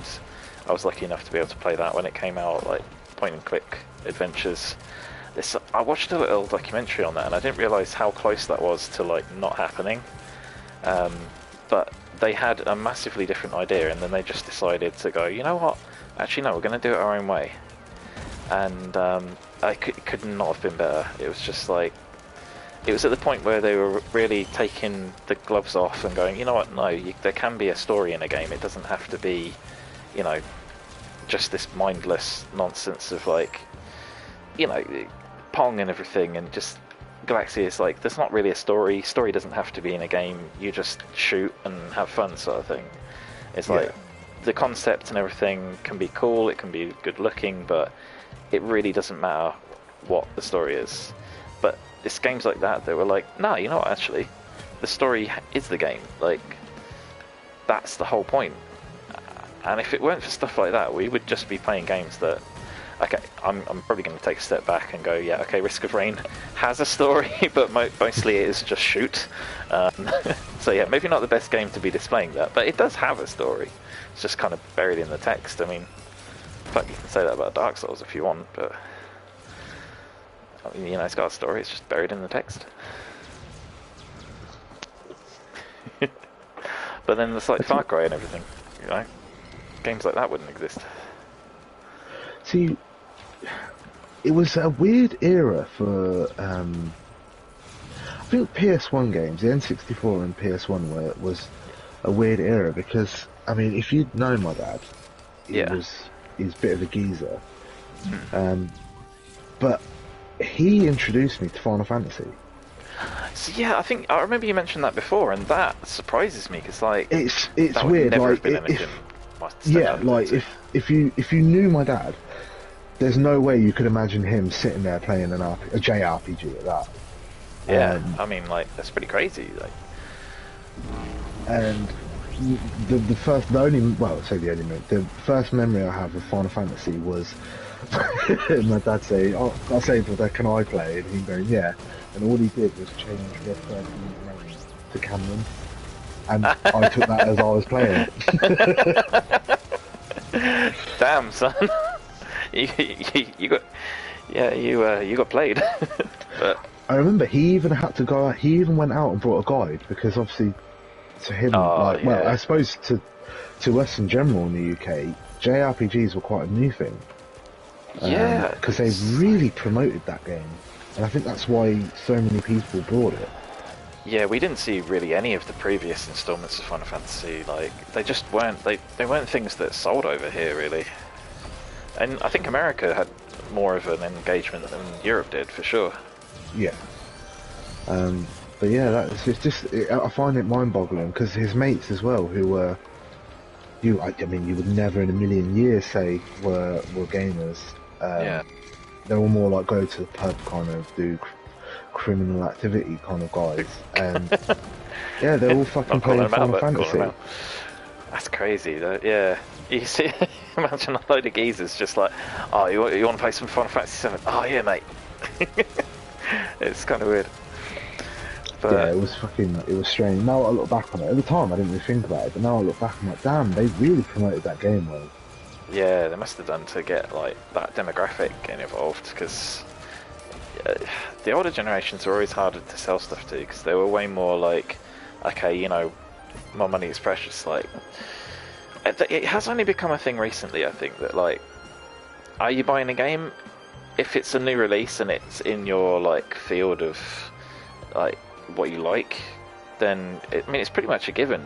Anyone who enjoys gaming, are you going to get a game that comes out that's marketed heavily? Yeah, you're probably going to get it. But back then it was like way more expensive. The technology was still, you know, costing you a fair bit. And I think they were saying like a standard gaming console back then, the amount that you're paying for that way outstrips anything that you would pay now. You'd be paying the equivalent of like up to £900 to £1,000 to get a gaming console in the early days. Yeah, obviously well, it wasn't actually that much, but the equivalent anyway. Well, I remember, what was it? Final Fantasy 9, I think it was. My dad got it for me, and I'm sure he paid 60 quid for it. And then I think, they were quite expensive. I know the N64 games in America, some of them were like $100 on these. Yeah, I mean, okay, it's because there weren't, like you say, there weren't as many games, but then as people, like, it started getting bigger and bigger, they could lower the prices somewhat, but they've increased them again now, aren't they? Yeah, I mean, the reason the prices got lower was a combination of things. It's like they didn't have as many overheads because they realised that like production could be completed in other countries for cheaper. The parts could be made cheaper just by like doing them in greater quantities and stuff like that. It was kind of like a supply chain kind of thing more than anything. Oh, yeah, and Sony. We have Sony to thank for that as well, because CDs were a lot cheaper than cartridges. Yeah, that's true. Yeah, obviously GameCube followed suit, and then we're here. Although I don't know, I kind of miss the little discs. Yeah, I do. It was just such a. I remember getting that and seeing the disc like what, I was thinking that it's generally this was like some future shit. There was a film I watched. I can't remember which one it is. Like some sci-fi film, and they give each other like laser discs, and they are just those little mini discs like you have for the GameCube. I'm like, damn, like we're in the future, man. Like this is it. We're here, sort of thing. That's all I remember thinking when I saw that. And then yeah, we were just like, nah, you know what? Big discs, more capacity, less compression. Jobs are good. I'll tell you a game that I thought was fucking fantastic at the time. It creeped me out, but it was a fantastic game. It was actually David who showed me it. Eternal Darkness. Yes, brother. That screwed with you. I loved that, man.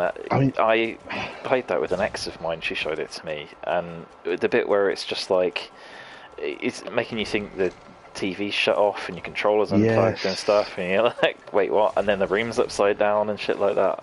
I'd never played anything like that in my life. It was friggin' cool. It was phenomenal, and it's a shame that you couldn't replicate that now because obviously TVs are different. And wireless controllers and all that. But I suppose Metal Gear did that as well. I just remember the sound turning down and me turning the sound up and just being like, oh fuck, like, wait, so what? Loud. Yeah, there was some amazing stuff in that. It was a hard game. Did you get through to the end game of that at all? Because the end game was really tough. Me and David sat there for hours. I think it was around this all day and we finally completed it. Dude. Is this David's before, is it? Yeah. That David, yeah. Great David, yeah. But yeah, his house was kind of like, his mum was a gamer. Oh, nice. So people used to go, but we used to go around there every Saturday. This went on for about 6 months. We had Smash Bros tournaments, Smash Melee. Oh, dude. See, I've never actually been to a proper Smash Bros tournament. What you mentioned, that plan to get one set up, I'd seriously love to do that. I know the community is a bit toxic and that, like I get it, but still. Yeah, it was only about there's only like 6 or 7 of us, but yeah, his mum used to be the judge, and if there was odd numbers, she would be a player. Oh, dude, his mum sounds amazing. That's great. Yeah, she. Oh wait, we're on stream. I'm not gonna. Yeah. But yeah, no, she used to like, you know, if someone was button mashing. I mean, to be fair, she'd just overrule everything, say it's fine because it's a game. But yeah, someone with button mash would be like, "We can't do that, can you, Sue?" so tell us. Oh, jeez. No, that's the coolest thing. Like, I think my parents just sort of stayed away from my gaming and whatnot. I guess it's always been like a private thing. It's never really something I did much of until I started getting mates over, and I think GoldenEye was maybe the first multiplayer game I played. That was like split screen. Yeah. That was fun. Yeah. Although I hated. I love split screen like versus, but I kind of hate it if it's a shooter because we're all guilty of it. Screen watching. Yeah, the split screen thing didn't really, especially with GoldenEye when you're like trying to stalk each other on a split screen. It's like, no, you can't do that. They just look at your screen and go, oh yeah, you're there. Oh man, that was fucking hell. That takes me back. Yeah, dude. It's not much like that. I think there was a call a few years ago for a big like couch co-op resurgence, and a lot of indie games decided that, you know, like they'll give you that option if you want it. And I think I'm pretty sure this game's got that. It does have an option for couch co-op mode. I think I kind of think that the pandemic has just kind of like destroyed that sort of idea now. Yeah, I mean, unless you like live with somebody that you game with, I think you two obviously are kind of like in that perfect mecca of like yeah, you have somebody that not only you're happy to live with, but you're happy to game with, and you have like games in common, and even if you don't, you're willing to give it a try, sort of thing. Which I think, well, it's surprising how much of modern relationships can be based on like your gaming compatibility. Yeah, yeah. Yeah. Obviously, if you know you are a gamer or whatever. I don't even like that term. I don't know why. Like, there's such a thing with like the modern term gamer. What does gamer mean? Like, I mean, like a lot of things. Yeah, you play a game. That's pretty much it to me. But a lot of people are like, you're not a gamer. You don't play it properly, and like you don't go for perfect metas and shit. It's like you're not hitting perfect headshots at 3,000 meter range and stuff. You're not a gamer. You're a casual, and you're like, man, no, can we not, please? But yeah, see, I don't think. See, if like Kirsty was a hardcore, you know, like, let's play games every day, that'd wind me up because I'm like, well, get out of the house. Yeah, I went for a walk earlier. You know, it's good to get out and experience life and stuff. I mean, we got out of the house, didn't we, today? It's nice. To get your medication. Yeah, get out. You're still getting out, yeah. That's good. I mean, my housemate, he is, he got this gift at Christmas, like last year, to go and, was it last year, year before? Whichever one, but essentially it's to go to a conservation centre and have like a day interacting with animals. And it was supposed to be like joining the keepers and getting right in with them, getting stuck in and stuff, but with COVID hitting, they're just like, yeah, we just can't do that because they don't know if it's transmissible to the animals and stuff like that. They're just like, look, we can't have that close contact and stuff. So like, you know, as an alternative, we'll do like an experience day, and you can bring a couple of people rather than it being like a pure one-on-one thing. You can have like up to 3 other people join you. I'm like, oh, sweet. So on the is it 30th? Yeah, 30th of the month. We're gonna head down. It's in like Kent Way, and yeah, we're gonna have like a animal experience day. It's gonna be cool. Some tigers and honey badgers. Oh, nice. So, what do you just get up close and personal with them, or Gonna get in is like that still within. not allowed? They're gonna get within a reasonable proximity, but like have experience with the whole thing with like what the keepers do with them and how they keep them, and like see, you know, just like the behaviours and stuff. Have a good talk through and that. Which I mean, I'm massively down for. I'm big on animals and stuff, but that, you know, I'm really looking forward to that. Just days out and stuff like that. I think it's just as important as any time you do like in gaming or anything else you do inside. I think it's necessary like to have a good balance, and I think a lot of those people that are like, I am a gamer, like they will never leave, like never leave the house. Yeah, nah, fuck that. See, if anything, games inspire me to go out. Some games, anyway. Like, I'm not joking. If I play a game that's set in a medieval kind of setting, I'm like, I want to go to a castle. Or if I play a game, well, I mean, I want to go to York, just because we play. Oh, York. Just because we play Valhalla, and I'm like, oh shit, that's where all the Vikings are. Same. Viking Museum, yeah. Yeah, and if it weren't for like games like Valhalla, I wouldn't have even thought twice. Yeah. See, I love anything that's got some history and culture. I've been to a couple of castles in my time. One of them I've not been to is Warwick Castle. Strangely, like it's the one everyone goes to. So. Castle. Yeah, I've never been. It's my favourite castle. Not that I'm a castle connoisseur, but I've been to a couple. I've been to a few castles. Yeah, I mean, I have heard a lot of people have said the same, and I'm like, yeah, I need some of that in my life.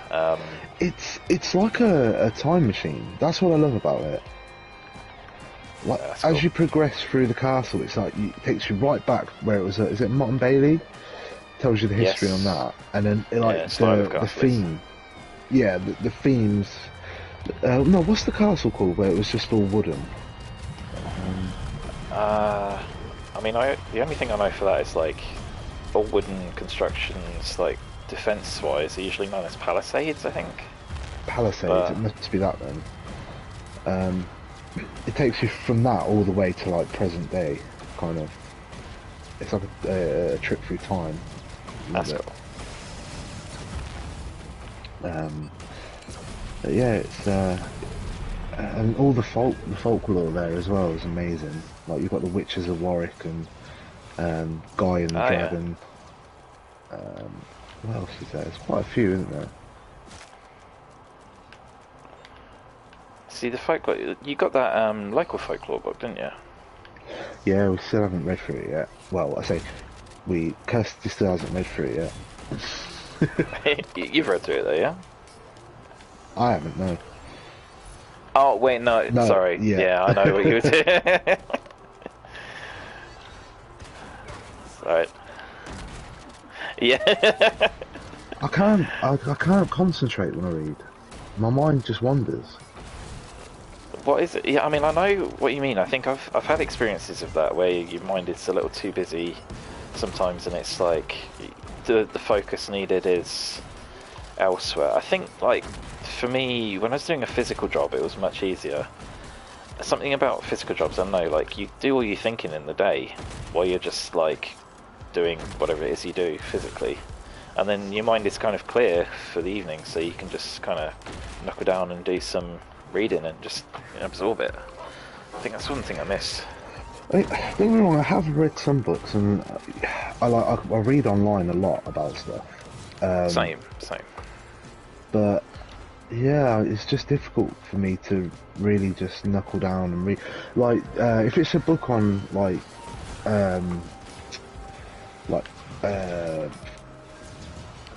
astronomy and astrology, I can sit and read it. I'm so engrossed in it. But just I don't know, man. Like storybooks, I can't focus. It's a different thing entirely, I know. It's like... It's been some time since I've committed to some, like, a really deep, big novel, something that's going to take you some time. Things I've read have been pretty quick and easy stuff, if I'm honest, recently. And yeah, you know, I've kind of stuff, like, 'cause I've had a bit of the same experience of, like, right, actually, you know what, it's kind of it's not easy to concentrate anymore, which kind of sucks. I want to get back to that, because I genuinely do absolutely friggin' love reading. There's some stuff, there's just an experience in reading that you do not have from gaming or watching films or whatever. It's like, there's so much that's constructed in your own head. You have your own, like, internal head movie going on, which in many ways is a lot better than actually having predetermined things in your head. You can kind of spend your time making sense of stuff and, like, kind of seeing the stuff in between and that.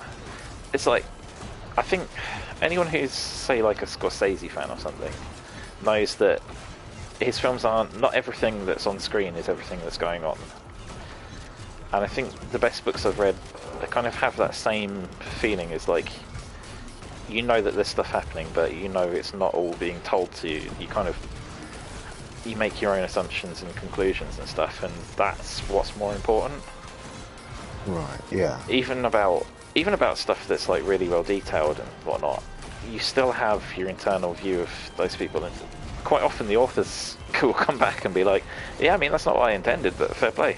But you've still enjoyed that, and you've seen it your own way, and I kind of love that about books, because it's not an experience I think you'll get with anything else. Because, you know, take a Marvel movie for instance, there's pretty much one way to see it, and that's the way it's shown. You know, you can have your ideas about, like, theories of who this person is, who that person is. It's like the fandom of it is there, and, like, that culture fandom, but not like how characters look and, like, what kind of personality is conveyed to you in your head. I don't know. It's a very different thing. Very, very different. See, no, I know exactly what you're talking about, because I like to interpret songs. Like I like to Oh. to find a meaning in a song, and I know not all songs have meaning, but like I don't know. Like, do you listen to songs and think this is how I've perceived that? This is the vibe I'm getting from it. This is the story I feel like they're trying to say. Yes. It's Yeah, just art in general, I suppose, isn't it?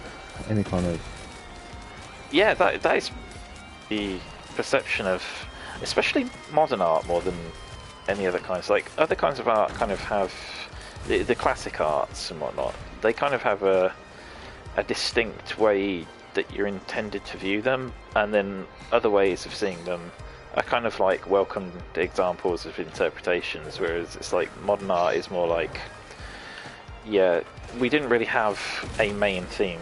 We had some ideas which we've explained to you, and we'll let you draw the rest of the conclusions yourself. There's not really like the definitive way this should be seen. Like a Monet is a Monet that should be seen as it is and exactly what it is.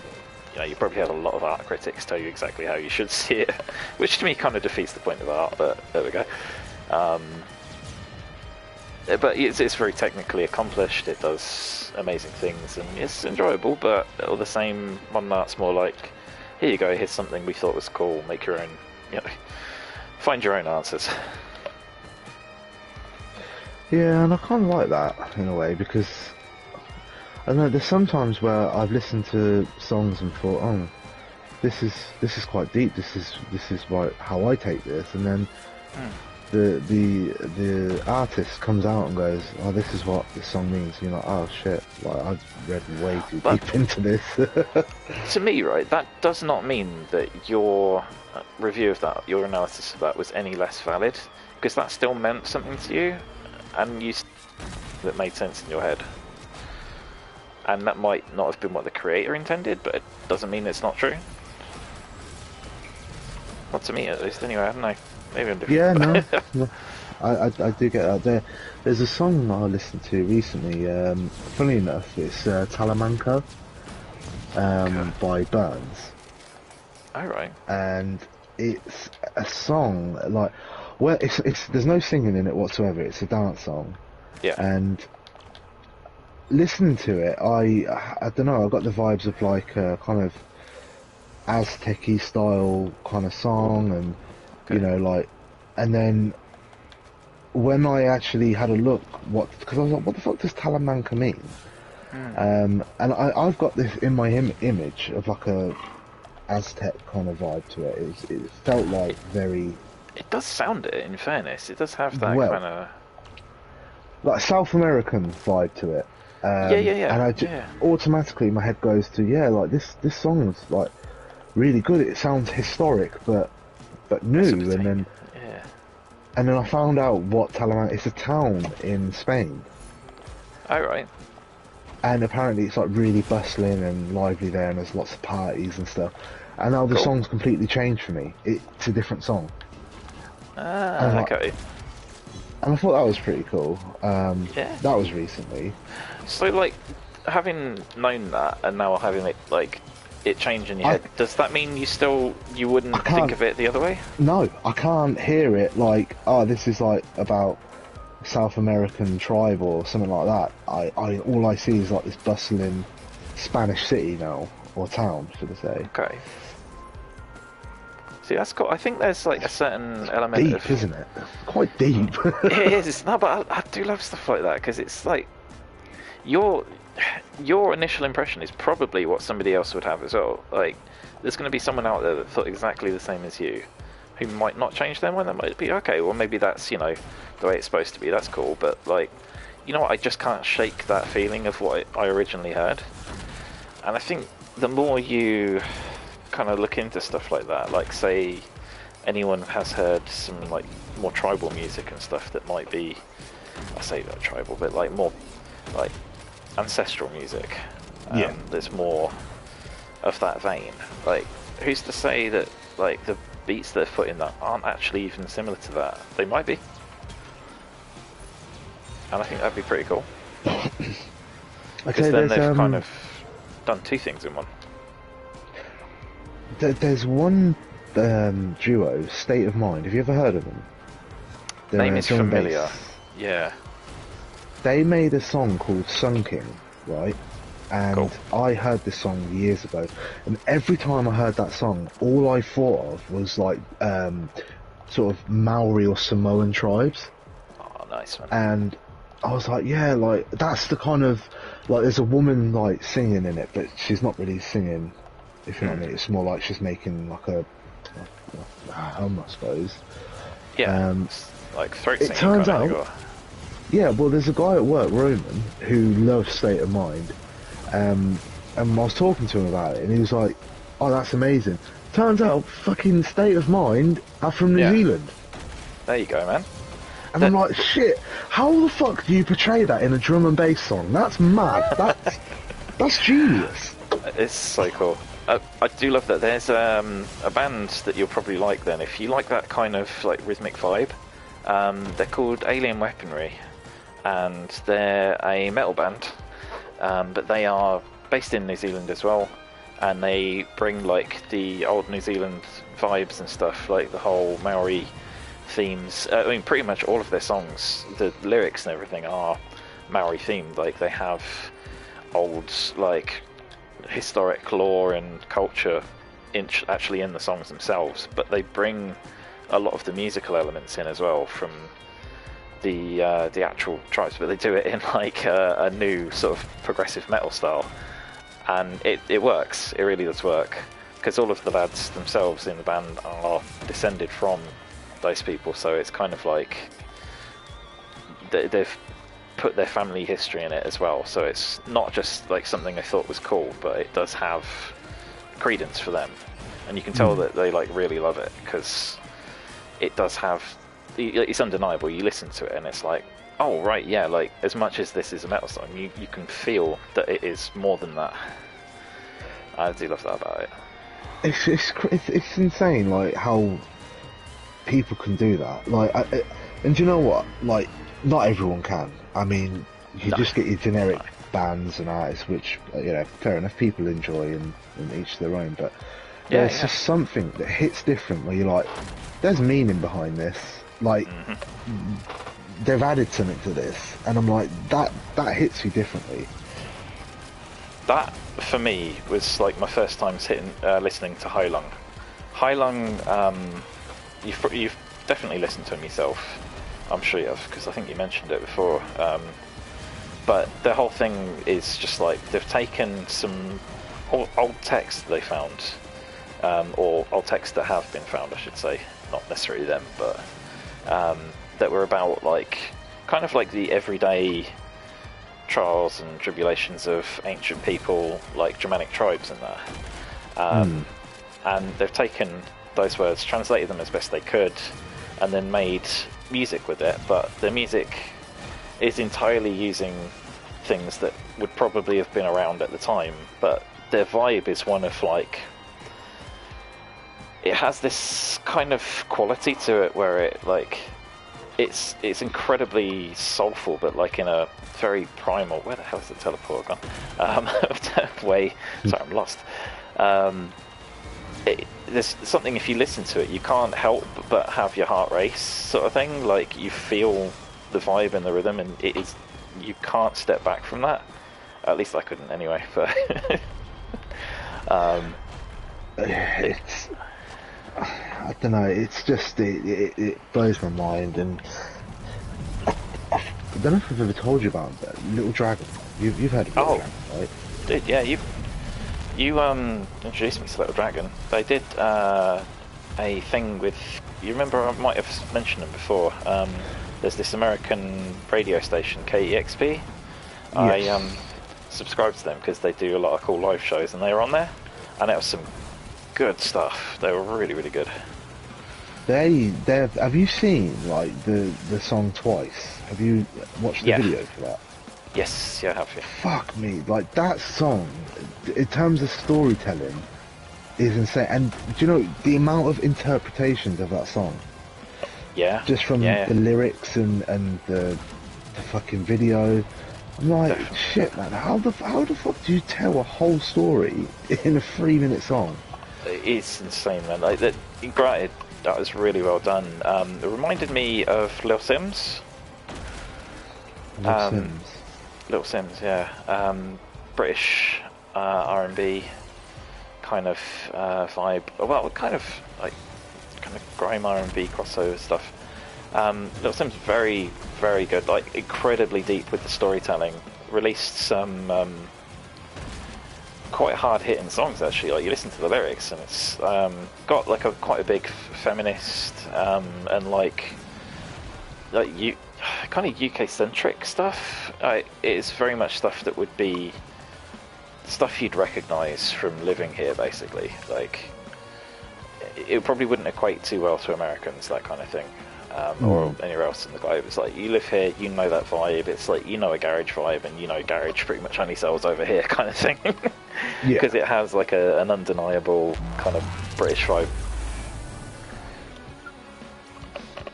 But yeah, it's pretty much that. Little Sims, if you've not checked her out, she's absolutely top tier. Could not. Yeah, I'll recommend check her it out. And no, you said it as well. Probably. Definitely gonna check out some more Dragon as well. But, it's just weird how music does that to you. I think like if I was to listen to Mumford and Sons, I'd be like, right, we're going to Somerset. taking the banjo with you. Yeah, it just. Yeah. I love music. We're going to Somerset and then we're going to go to an abattoir. Man, that took me back to a time when you were telling me about that story. Actually, it reminded me of when I was first checking out Slipknot many years ago. Oh God, what Wait and Bleed? I actually picked the album up, Iowa, second album of theirs. I picked that up from the library at the time. I got that as a loan from the library, and my mother had no idea. You know, she knew my music tastes were kind of getting a bit weird at that point. She's like, okay, well, whatever you want, just as long as it's not too weird, fair enough. So I'd got like System of a Down and some Linkin Park as like loans. And I brought that home, and she walked into my room as People Equal Shit came on, and she was just like, right, turn that off now. I'm like, oh, I have fucked up. She made me take it back. See, my mum was quite good with stuff like that. I mean, I went through a phase where I was just into wrestling and Kerrang. That was like my life. Yeah. And like I mean, 10 to 12, I think that's for me. My family were very garage kind of family. Like everyone, like their garage and drum and bass and jungle. That was what my family listened to. Like my cousins, it was all of that. Yeah, my stepdad was really big into drum and bass and hardcore and stuff. Not happy hardcore, but like actual old school hardcore. And I remember anytime someone come round and I'd have Kerrang on, they'd be like, oh, turn this shit off, fucking devil music and all this. My mum used to buy me like Linkin Park CDs, Papa Roach, all of that. Nice. Sort of, and then I stopped listening to rock music, but it was weird because out of everyone I thought my mum would be quite against it. Yeah, but she weren't. She in fact, she didn't really care. Music's music to her. It doesn't really matter. But yeah, there was this stigma, weren't there? I think the 90s and early 2000s where rock music was kind of seen as the devil's work. Like people like Marilyn Manson and all that. Yeah, I think America was like, the bureaucracy in America was to blame. There was a lot of stuff after Columbine and whatnot. It's like, kind of fearing that kind of music and those kind of people that listen to it and play violent games and stuff. And there's a lot of stuff that came out after Columbine, and it was like, yeah, okay, I know those people did those things because they listened to it, but I mean, come on, I don't think they did those things because they listened. I think they did those things because they were sociopaths. Yeah, that is the be all and end all. And I was like, do you need to tell you how many people get shot up in drive-bys and gang wars, and they're not listening to rock music, I assure you. Yeah, I mean, who was it that stabbed or tried to stab John Lennon? Oh, yeah, he was. There you go, big Beatles fan. Yeah, because he read it in a book, and we're going to start banning books now. Like, it was just, yeah, it just makes you And laugh. the The Beatles. argument of, Music yeah, for and evil the people. Beatles. Yeah, I mean, weren't Charles Manson a massive fan of the Beatles? We banned them as well. You can't just take things that people are a fan of, like, artistically, and go, no, that's it, that's what made them bad. It's like, no, you have a critically, like, defunct understanding of the human Yeah, psyche. you've literally done the one thing we were taught as children not to do, and that's tarnish everyone with the same brush. Do you remember that lesson? No, clearly not. No, I think the world's still a little backwards like that. We always jump on the bandwagon of like, oh, this person was associated with this. Whatever. It's the easy bad. thing to blame, media. Yeah, it's not that, humans are complex creatures and that they could actually be a number of varied reasons that are linked to nothing at all to do with what you think they might be. But, let's just blame this one thing because it's hard to say, well, people could just snap at any point. You never know what's inside another person's head. No, we don't want to think that. All people are inherently good, and no, it's these evil influences that change them. It's like, well, come on, people, where did these influences come from? They didn't just materialise out of thin air. People made this shit, Were all those people evil? The games companies that made them, every member of that band, were they inherently evil, disgusting people? And then what made them that way then, Were they all reading the fucking Satan's Bible or whatever? Well, this is the thing. I mean, I remember fucking being at school having an argument with Ross Shortland. Oh shit! But a guy called Nobody's Ross. gonna. I'm sorry, Yeah. Ross. Didn't mean to hurt you. About Slipknot, and he was saying, "Oh yeah, they like threw puppies into the crowd, and the crowd were just smashing them up." I'm like, in what fucking universe are you living in? Yeah. Like, It's not happening, is it? what? Like, What? Sorry, but Did you ever hear that rumor? not that one in particular, but I heard a lot of stuff. Like, there was one of the main ones that went around for them at my school and whatnot, because it was all stuff people said at school anyway, wasn't it? It wasn't like, I'm sure there weren't adults saying this, or maybe they were. I don't know. I think But, it got back to the adults though. It had to have them for them to see them as so evil. Yeah, it must have done. But then, kids talk shit. Like, they'll just make something up and say, oh, yeah, that's legit. Like, somebody was trying to go around saying that, oh, yeah, no, Slipknot, they kill everybody that sees them without their mask on. Somebody accidentally made their way backstage, and, yeah, you wouldn't believe it. He got killed. And, they'll never be charged, obviously, because it's in their contract. They can't have their faces seen. They have a license to kill. Or it's like, no, they were just, nobody knew about it. Nobody knew they killed anyone. It's like, well, how the fuck do you know?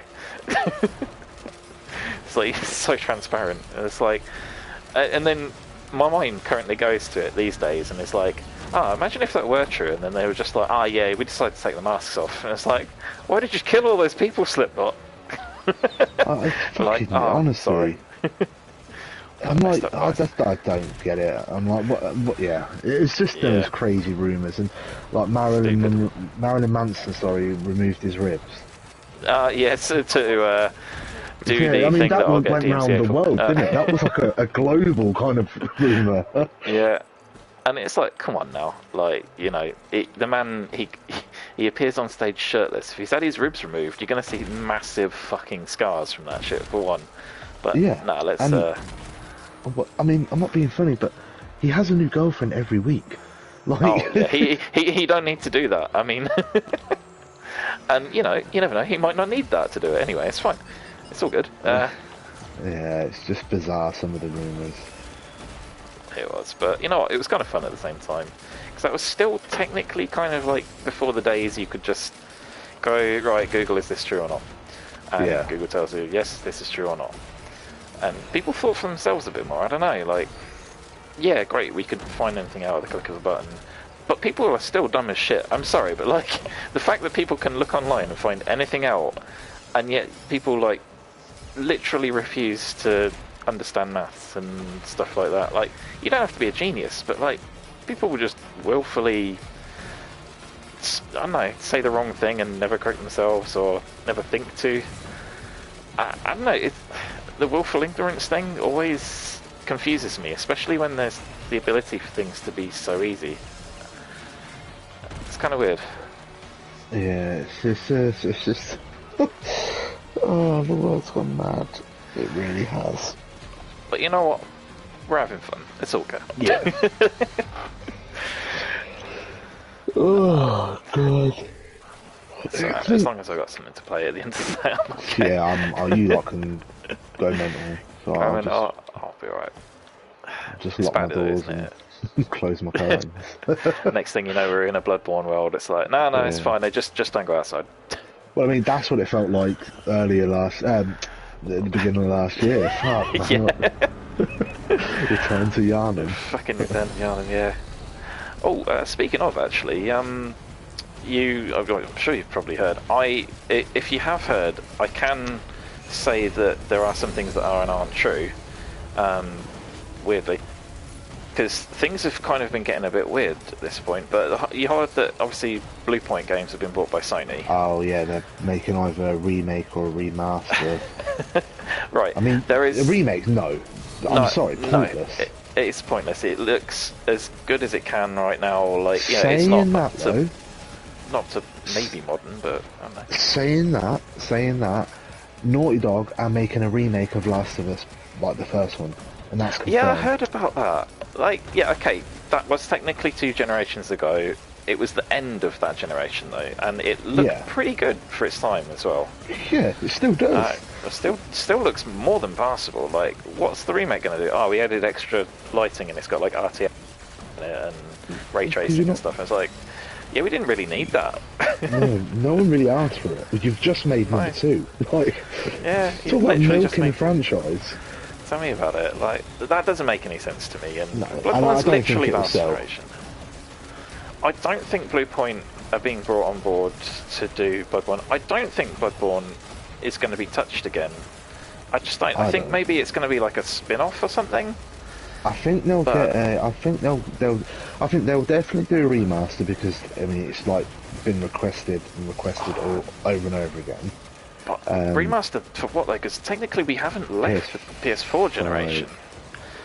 No, I think people want an update to PS5 to unlock it at 60 FPS. I mean, saying that, Lance that's it though, McDonald isn't was it? able to do it on PS4, Yeah. so... Blue Point could just go, "Hey Lance, can we have that? We'll pay you some money." Yeah, sure. Well, he fam, no literally said, I'm giving Sony time to reach out to me and ask me how I've done it. And then he said, okay, well, they ain't reached out to me, so here it is. Here's how you do it. Because come on, he was literally like, "Look, I'll give you time. Come at me. You can have it. You can make some money off it. Jobs are good." And no, free money. Turn it down. Sure, why not? Good job, Sony. I personally think Blue Point are going to be doing a remake of something else, like I don't know what, but a Sony IP. Yeah, Possibly they're Jack and definitely gonna- Daxter or something. I Jack don't and know, Daxter. Damn, I never actually played those games. Did you? but or like Sly Raccoon or whatever it is their own, or even God of War, the original ones. You know, they could be remaking those, but Because I didn't did you see the making- tweet? what did it say? It said that they're going to be doing something that's a time-honoured franchise that hasn't been seen in a while. So it's It's got to be White. I mean, it could even be Wipeout, or you just don't know, do you? You don't know. I mean, their chops really have been for third-person perspective games, no matter what. Usually action, adventure to action RPG, like that's kind of their Haze. shtick. Haze. Oh no! Remake of Haze. Don't jinx it. That game. Fucking Resistance. Yeah, I remember seeing that and I was like, Resistance. I think Resistance wasn't quite as bad, at least in reviews, but yeah, I know about that. Other than that, I don't know. Apart from like Jack and Daxter or Sly Raccoon, that I don't really know any other IPs Sony own that's not already been made by other people. Yeah, I mean, Sony can do it. They've probably got loads of stuff that's sitting there that has just never been touched. And I'm like, yeah, I suppose we could bring them back now. We've got a company that are proven to literally like be able to sell the shit out of anything they make. So remake anything. But Tell you then what. somebody tweeted about them visiting Yharnam. So people have got to the extent where they're like, oh, remake and sequel? And you're like, no, come on, people, that's No, not... They couldn't no. do a sequel. There's I no mean, way. I suppose they could, but Miyazaki would have to be in on that, and there's no way, like... I mean, unless he he didn't- wrote this, if he wrote the story, Yeah. then I suppose because they could just literally copy paste the combat. But the boss Maybe. design, it's got to be from software. It's not from software game. It's not from software. Like people don't want Yeah. a Bloodborne 2 unless it's from software making it. I mean, I think Bluepoint have probably got the best chops for, like, hey, they've made a Souls game, people would play it. Like, if it were anyone else, they might be like, wait, no? Like, but I think if they made it, I think people would be like, well, we're at least going to look at it. So, I mean, they've got that on their side. I'm hoping it might be a spin-off. I'm hoping for more of a spin-off than I am a sequel. Same. That's why, like, they're saying remaster makes no sense to me. Just No, it don't. What are they going to do? They're going to uncap at 60 FPS. It's not. No, No. from a business point of view, and the fact that you can get it on PS4 still, and even the PS5, I can play it on PS5. It's pointless. It seems like it's a redundant idea. But Sony have confirmed that they are definitely doing a remaster of something and something original. And it's also been confirmed that they're going to Yharnam. So, I mean, they're saying that. Wait, who's confirmed that though? Who's put we're going to Yharnam? So that was from a tweet from, I'll get the guy's name, but I think he's one of the heads of Sony. Right. I'll get, I can't remember his name, but I remember seeing And it. it turns out it's just Bloodborne's an extra game because of Halloween. On PS Plus. Maybe. And Bluepoint are just like, yeah, we've put the 60 FPS thing in it. Thanks. Job done. I mean, I'd pay a £5 for that upgrade. Yeah. Yeah. Like, if they were like, look, a £5 upgrade, you can get 60 FPS and better textures. Yeah, I'll pay a £5 for that. I'm not paying full price again though. No, no. But then, I don't know, I think Sony are thinking, like, right, rub the hands together, we've got a bit of a moneymaker in these guys. I mean, you wouldn't, yeah, like, they've done well. Sony have brought into the parent company that owns From Software, so they have a say on what From Software does. Yeah, Um, yeah, it's true. I have a sneak suspicion that Sony are saying we need to sell PS5s, make Bloodborne 2, and I reckon that's what they'll Oh. do. Why else would they buy into the parent company? Yeah. Yeah. It just seems silly to buy into a company that provides Xbox with games. That to me doesn't make sense. And they're thinking what's selling well, what with Elden Ring, like, From Soft are going to blow up. But then that is a gamble, because if Elden Ring tanks, then, like, from a business perspective, it's like, they literally just destroyed their company and we bought that. And I'm kind of like, I mean, at some point From Software is going to make a game that's bad. With me, even with Miyazaki as president. Yeah. Since yeah, like it's they've true. had the rehaul, it's bound to happen. It happens to every company. Yeah. It would be really surprising if they got a perfect track record, to be honest. No. I mean, there's very few that have got that. I mean, even beloved Kojima's made some stinkers, so... Yeah. So I've got a feeling. I don't think it'll be Elden Ring as long as they just make Dark Souls 4. Like, I think they'll be okay. Yeah. Hey, just make Dark Souls 4, what's the problem? Yeah. But I think if they make a new kind of game that's not like the Souls formula, they're gonna, they might struggle. Yeah, I mean, well, they've got a lot of chops. I mean, if it works out and this prophetic, like, God knows when it's actually going to happen, but like this supposed Armored Core game that they were supposed to be bringing out that nobody's heard of in a while. Like, literally, it's been so long since I've heard anything about that. Yeah, have you- it's, I don't know if they're actually doing it still, but well, dude, I've been waiting for a game called Wild that was announced when the PS4 was coming out. It's apparently got a map the size of Europe, What the fuck? Yeah, it Insane. was this mega ambitious game that looked awesome, sounded awesome, the trailer was awesome, but I haven't seen anything about it in, 2014? Okay, yeah, we can kind of say that one's I think it's... like, Although they've said it's not been cancelled, so who knows? so is it one of those ones that's going to be like longest development time ever kind of thing, and they're kind of getting to get an award for it or something? Maybe. Let me have a look if it's still even in production. I mean, it's got to be cancelled at this point. It was supposed to be out on PS4. There are things that have been delayed to so far that they cross generations. I mean, technically Breath of the Wild was delayed that long. It crossed over to Switch rather than the intended Wii U. Oh, okay. Wild was a survival game that was being developed, yeah, and then release is cancelled, brackets rumoured. Oh, so it's only rumoured to be cancelled? So August 2021, they have said the rumour has been that it's been cancelled. So it's been substantiated then, okay. Oh, that's a shame. That game looked awesome. I mean, it's ambitious, and I'm, well down for anybody that wants to be that ambitious. I mean, why not? If you can. I think, wasn't the original Stalker game supposed to be at least that big? Or, well, not that big, but like the size of Russia or whatever. It's supposed to be like, yeah, you can traverse it, and it will have, like, it's going to take you a long time to get around it. I'm just reading the comments on... One sec, mate. No worries, man.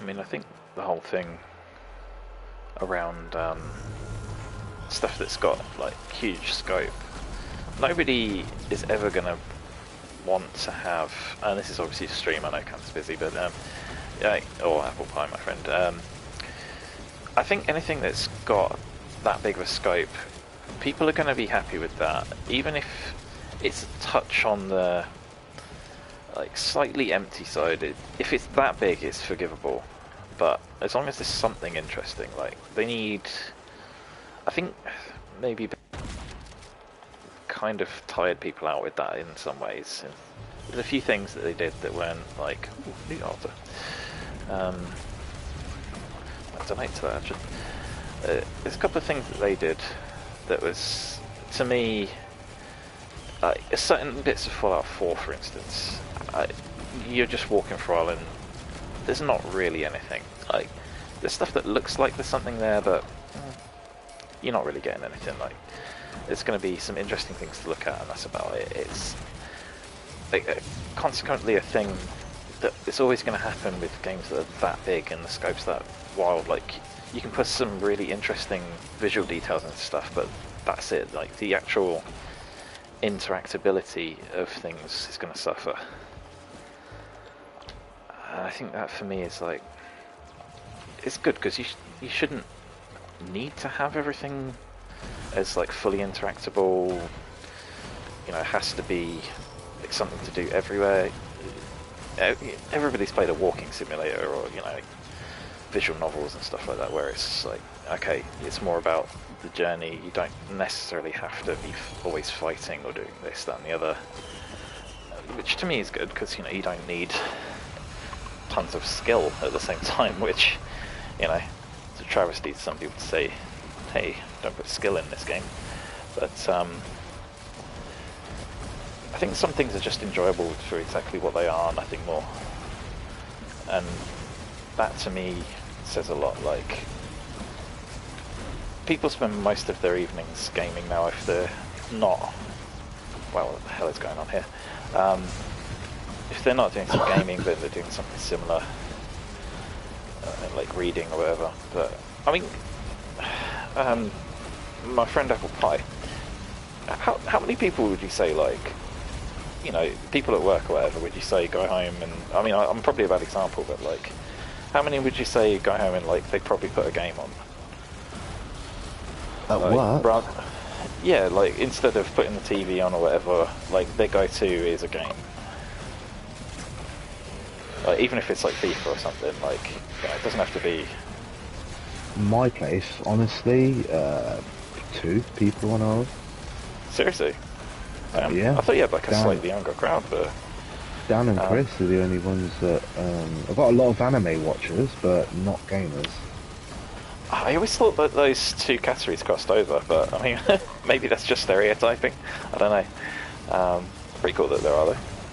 Like quite a few anime watchers. It's pretty sweet, but Yeah, actually, a lot of anime watchers, but video games, no, just 2 that know that actively play games.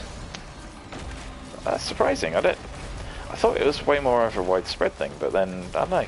Maybe I mean, I know for a fact I am basically the only person in my office that maybe even games at all. Not even like on, you know, if not a daily, but like at least pretty regular basis. I think maybe one of my other colleagues does, but they only do it with their kids. To like has something to do with them. Yeah, that's probably it. But no, I honestly thought it was maybe a bit more widespread. But I have a much older generation of people I work with, so. Yeah, no, there's only me and 2 other guys that I know actively game, but yeah, like, there's a few others, younger ones, that they all watch anime, but none of them really game. Not that I've heard of, anyway.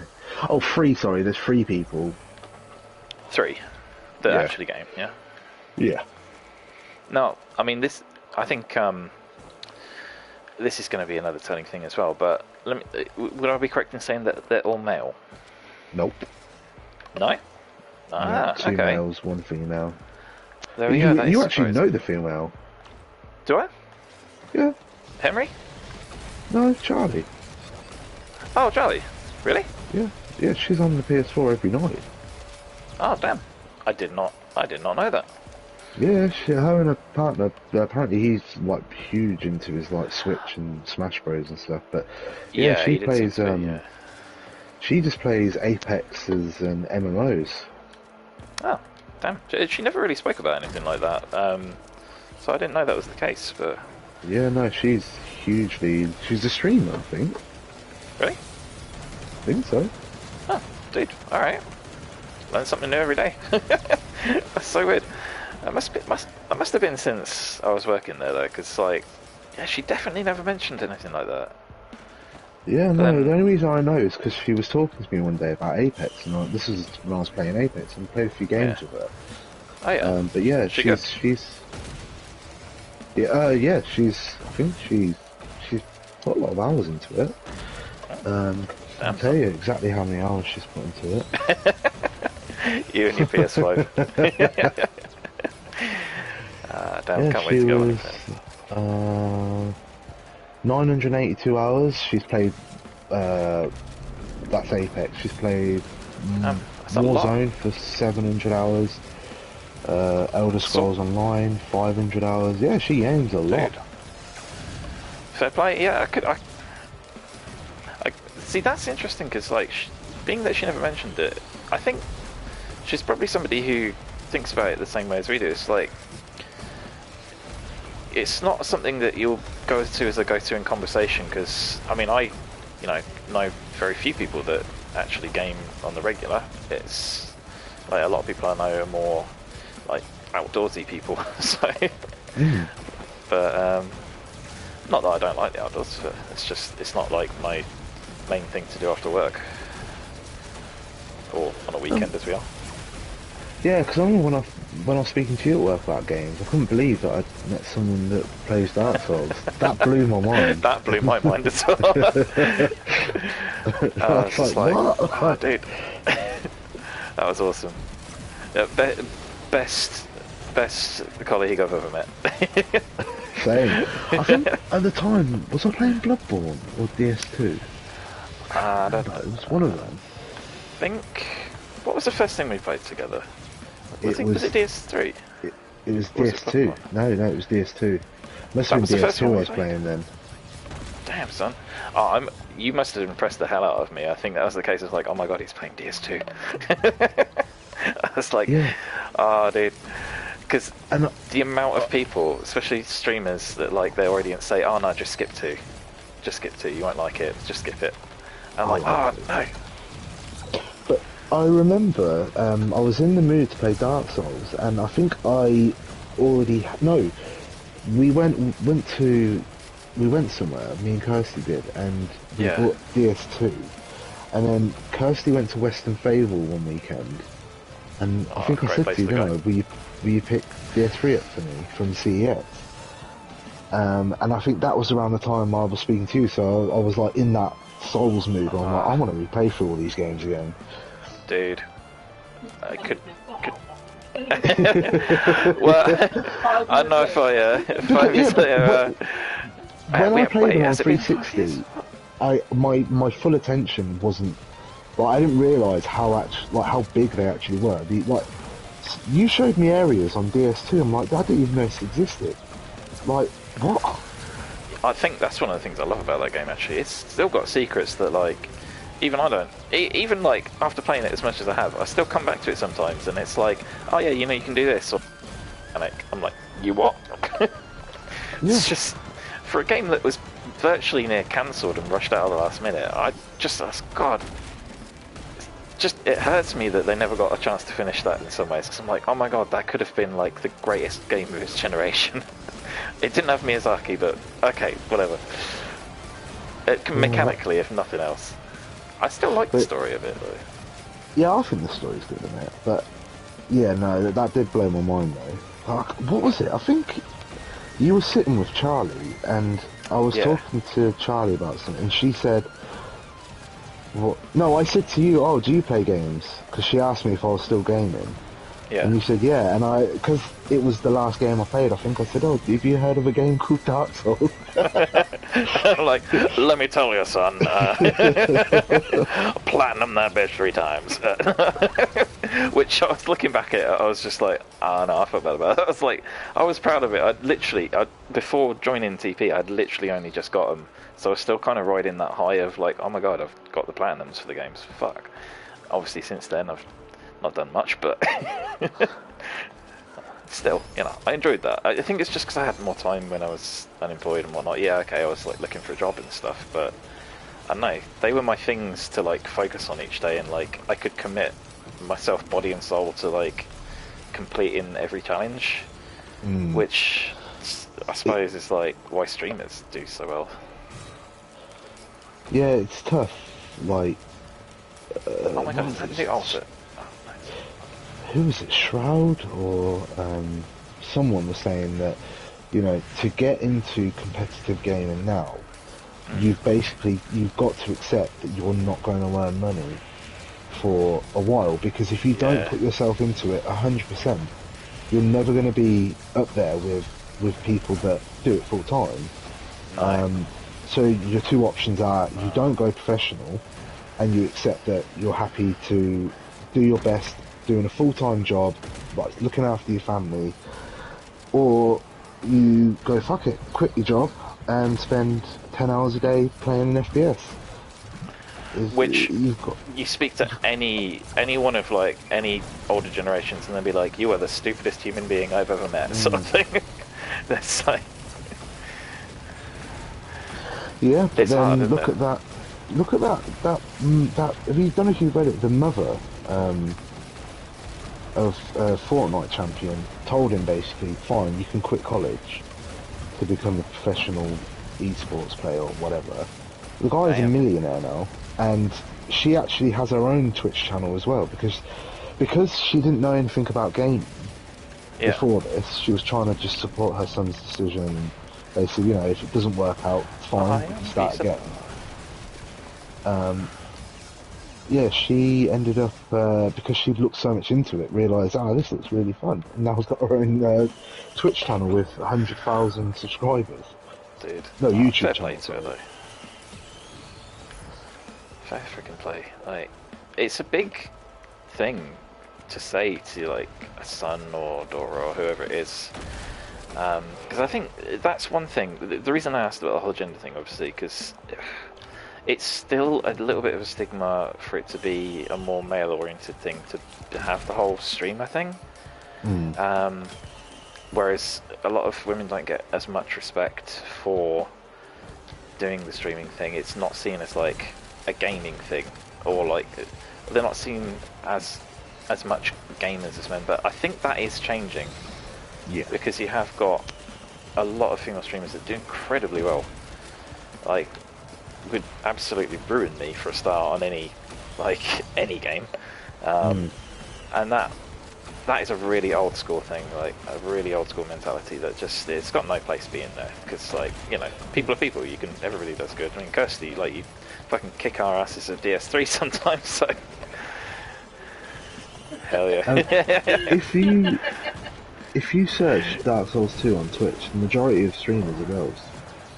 Yeah, I think people like seeing their playthroughs a bit more because they kind of tend to be a bit more expressive with, like, they tend to show, they have less, like, qualms about showing extreme emotion in streams and whatnot, which is something that's still kind of a frowned upon thing for guys. Like, so people enjoy watching female streamers with things like that. When they actually have like a shocking moment, you get more enjoyment out of watching the women experience that than you see the guys do, because they'll just be like, oh, that was shocking. Whereas like a lot of female streamers, they'll be like, oh my god, like actually show deeper levels of emotion. I don't know. I think that's probably what it is. I'm just looking into that. Like, here's me going back, yeah, I did psychology once. So. I watched when I first moved into this room. I remember I didn't have YouTube or anything set up. No, when I first got the PS5, sorry. Yeah. But I had just moved into this room. I didn't have I didn't have any of my accounts set up on Netflix or anything like that. But I had Twitch set up, and I was eating dinner one day, and I put on, Twitch. And yeah, I remember searching Dark Souls 2, and it was just like shit, like, is this liked more by women? Like, it's so many women streaming it. It was weird. Not weird because they're women, but it was just strange to see one majority gender playing it. Yeah. Yeah, I don't know, maybe Dark Souls 2 being the lesser liked of the series, there's probably a bit more elitism with men, if I'm honest. Yeah, that's true. Women tend to be a bit more forgiving. They tend to be less elitist in that sense, and just like, I'll give it a shot. I mean, I'd love to see what that guy would do. What was his name? Is it Katase? No. Oh, that's his name. The main director of DS2. Oh, god damn it! Yeah, I need to go finish the game again so I can see the credits. I'll be right back. But you know who I'm talking about. I'd like to see what he'd do if he was like just given free reins. And he's like, I'm making a game now. Yeah, there's so many cool things in that. Like the developers for that game, I swear to God, like they had some fucking amazing ideas, and they just did not get a chance to complete them. Didn't Sony Interactive like lend a helping hand to that? Yeah, I think because they were on a time crunch. Yeah. So they were just like, oh, yeah, okay, here you go. We've got to get this out. This is going to sell. Even though they're going to sell it on Xbox. I suppose they'd just pay them a standard fee to help. Probably, yeah. Oh my god, that is so many things.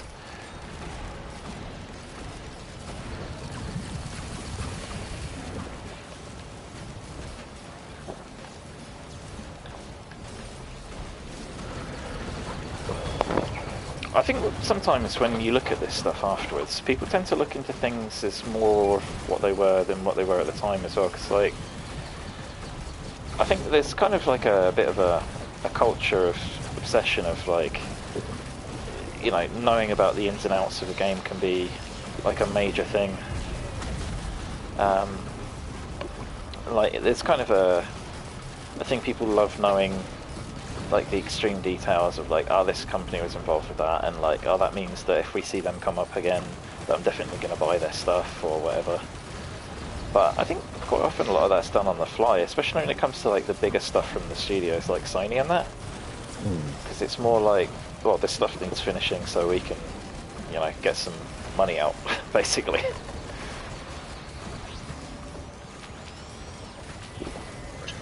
I have to say, Sony and Nintendo are so good at just saying, no, we're delaying it. It's not where we want it to be yet. I And do respect that immensely. yeah, they don't tend to like just sack a studio off either because their games are doing poorly. I mean, look at Insomniac and Yeah. and Santa Monica. Like their games flopped for a long time. That's why they brought in a different producer. But Insomniac games, like towards the end of the PS3 era, were atrocious. Yeah. They really redeemed themselves. Oh, they did good. Definitely. Did you ever play a game called Warhawk on PS3? Oh, no, I didn't play that, but I saw that. That was on my list of things that I'd like to play, if I remember rightly, and yeah, I never got around to playing that. But... That was awesome. I'd love them to bring that on PS4, PS5. Like, I love that game. What kind of thing is it? Because I never kind of got to understand what kind of game it was. It was just your generic, like, it was a third-person shooter. But you had like these things called Warhawks, and they're essentially jets and tanks and all of that, and you had huge maps as well. I mean, at the time they were huge, and it was just 24 versus 24. But I remember it being really, really fun. Now, obviously, I know that we always tend to think of things. We only remember the good things and not the bad. But I remember that game just being like really fun to play. There was a game that I always really wanted to check out, and that a friend of mine played. It was like, you know, EVE Online. Yes. It was an offshoot of that, and I'm not obliterating. Crazy. It was an offshoot of that game, and it was like I think it was like a 26 or something versus 26, but like big teams pitted against each other. Something tells me it was called Rust 2044 or something like that. Something like that anyway. It was like Rust something. But watching it, it was really cool because it was kind of like everybody was essentially like a clone fighter, and every time you respawned, that used up one of the clone slots. And it was about kind of like managing your team well enough, and you could request like equipment to be dropped in the battlefield, like tanks and stuff, to boost your team and things like that. And it was kind of like, as much as it was like, you know, a shoot game, it was still like, there was like some strategy to it, and if you had a good team, you could like really pull out some crazy stuff. Do you mean, did you mean PlanetSide 2? No, PlanetSide 2 seemed to take a lot of cues from that, and seemed to be like almost a successor to it in a lot of ways. But I think for me it was like quite different from what I'd seen anyway. But yeah, PlanetSide 2, yeah, it was different. That looked pretty cool. But no, the Rust or Dust. No, I think it might have been Dust actually. It's from 2042 or something like that. I think it was Dust, yeah. It was cool because you could get like, everybody came in a dropship at the start, and like you had this whole thing of kind of fighting in teams, and you could have a different equipment loadout going in, so you had like certain boosts and benefits, and you get like heavy, light and medium classes and stuff. Kind of, I think one of the Unreal Tournament games did that, like the different classes, like heavy, light and medium. I feel like that's the thing that they did. But it was cool because you could have like a different build, and there were different like weapon loadouts and stuff. It was like really ambitious, but eventually they sacked it off because it just wasn't selling.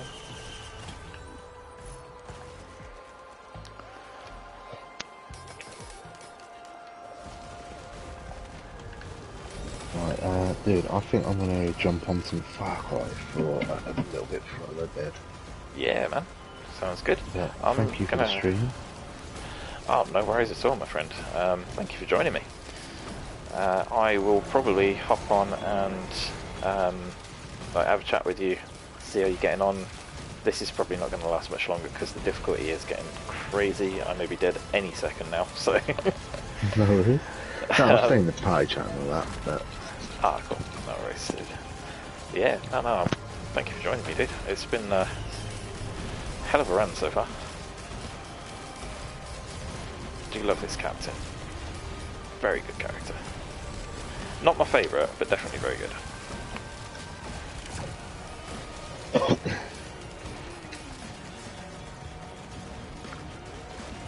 With Far Cry, though... Oh, sorry, go on. Yeah, no, I can't remember what I was going to say now. But no, carry on. Oh, my bad. I kind of cut you off in a second. Yeah, I was just saying with Far Cry, from where I saw you last night, obviously you're going around doing like side missions and stuff. Is that the same spot you're going to be in when you start up now? No, I played for a little bit this morning.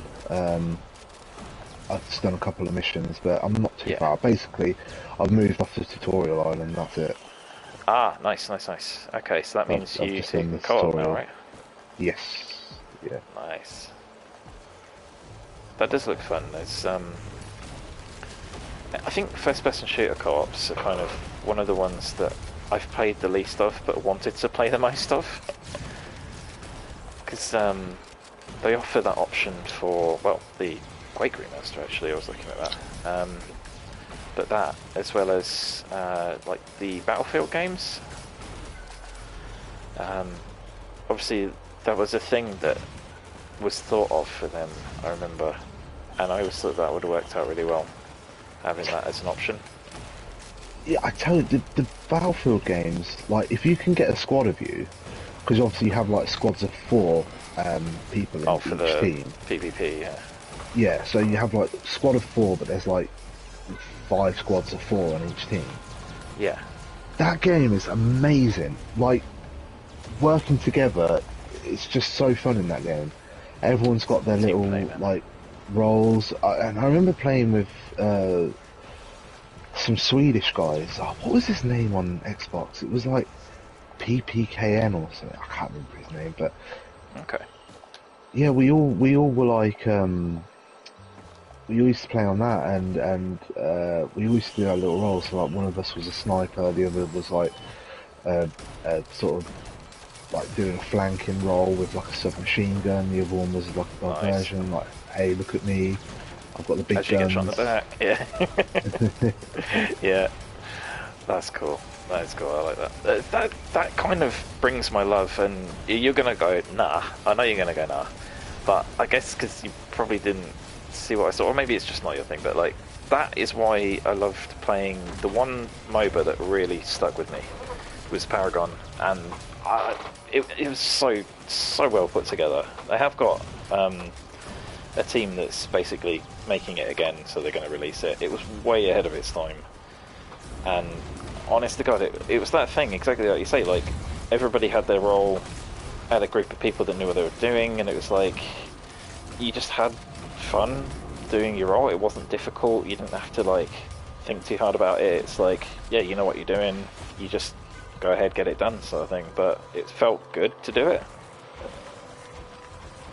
Yeah, I can see the appeal, but no, MOBAs... Other MOBAs that I've seen have not had the same appeal, if I'm honest. Like, I've played a bit of Smite, I've played a bit of Dota. It did not feel the same to me. It did not have that aspect, but I don't know, Paragon was just unique in that sense. I just really fucking enjoyed it. Like, it was like, I don't know, it had the option for you to practice against bots and stuff, which was really good, because like, you could have like a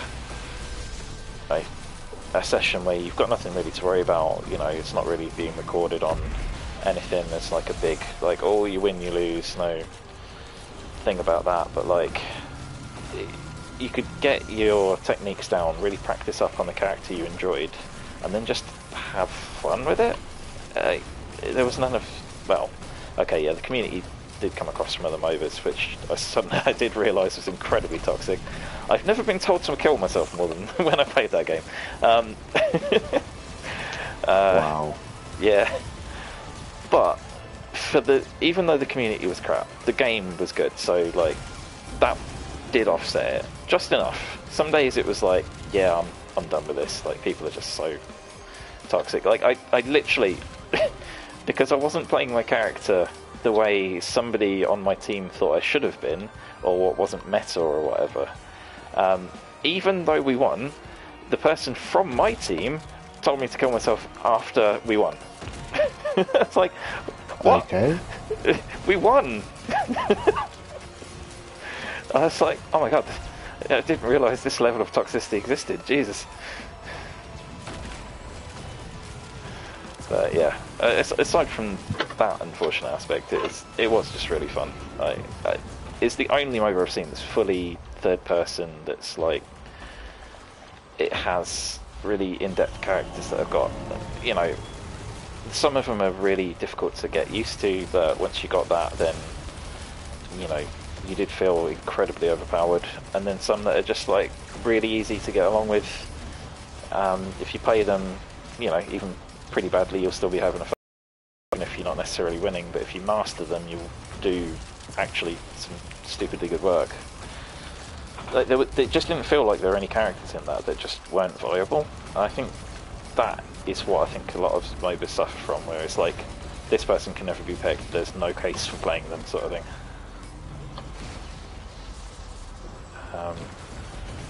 There were a lot of games like that, I think, sometimes.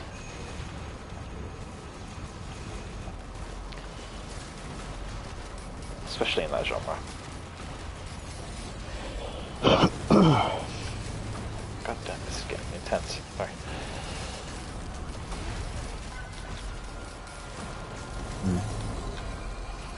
You had to do them all again? What? You didn't record your progress? No.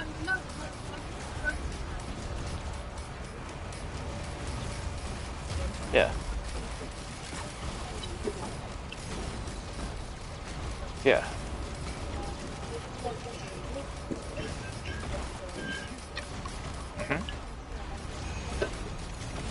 Ah. Weird.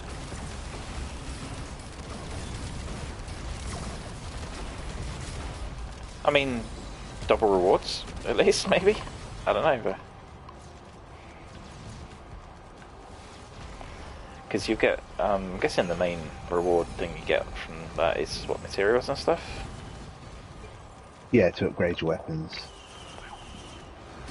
Oh, and also armors as well. Well, say armors, clothes. Clothes, yeah. Yeah, I saw that. With the weird, like, duct tape mags to your chest and that.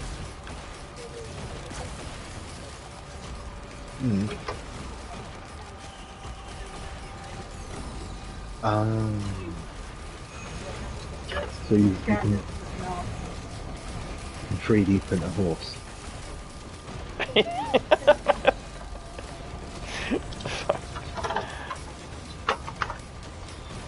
There's a dog called Chorizo. And he's disabled. Aww.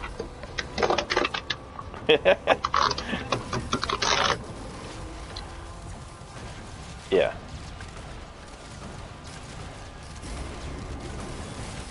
What, and is he as savage, or...?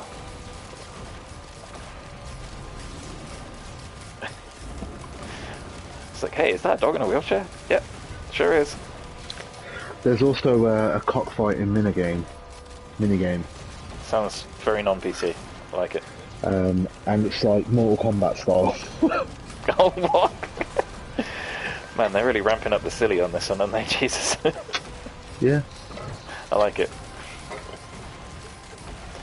See, that's good as well, because it does present itself as a very, like, brutal, like, intense game, but then it's just like, yeah, it's okay, if it's all getting a bit much, you can go and do some cockfighting if you want.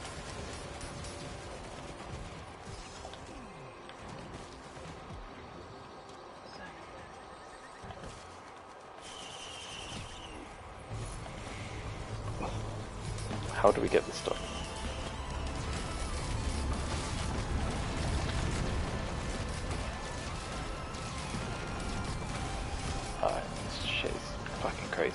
don't even know where the teleporter is.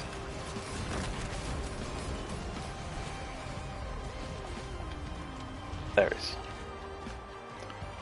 Get the fuck out of here.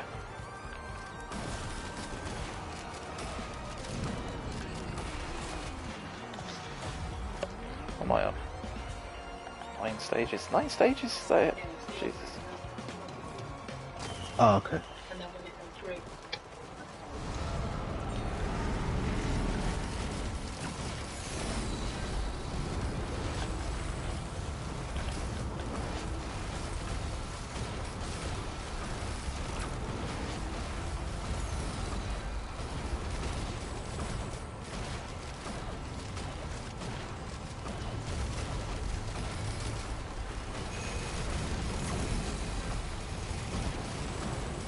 Don't worry, your secret is safe with me, hombre.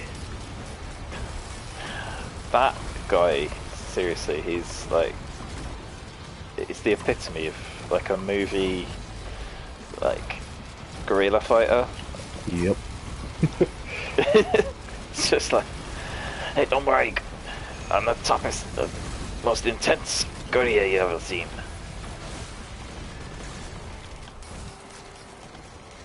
Alright, there we go. Hola. Clara was right about you.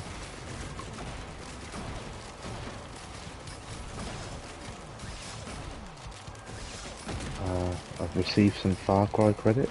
Okay. Far Cry credits? Oh, they got... Is that in-game purchases? Yep. Didn't realise they had that. It's just cosmetic. Oh, It's Ubisoft, come on man, you'd know that. oh yeah, sorry, of course it is. Yeah. No, sorry, I should have known. Why am I even down there? They tried to add them in other games where it was like game breaking. Community backfired hard on them, so they were like, okay, Yeah. it's just cosmetics now. It's only game. Why you have to be mad? It's nothing. It's only smells. It's only cosmetics. It's only cosmetics. Please, it's nothing. It's nothing. That's what they want you to think. It's only cosmetics. Oh man. Back to Sky Meadow, Jesus. Christ, right, so I'm like just over 2 hours into this now on this one run. Now there's one of the achievements for this game that's to do 20 runs. Holy shit, what the hell's my DPS is so good right now. It's to do 20 stages without getting any lunar items. Now I'm gonna have to speed the fuck up because I'm 2 hours in. I'm only 10 stages deep. I'm like, all right, okay. So that challenge is. I'm gonna have to put like some hours aside for that challenge. Fuck me.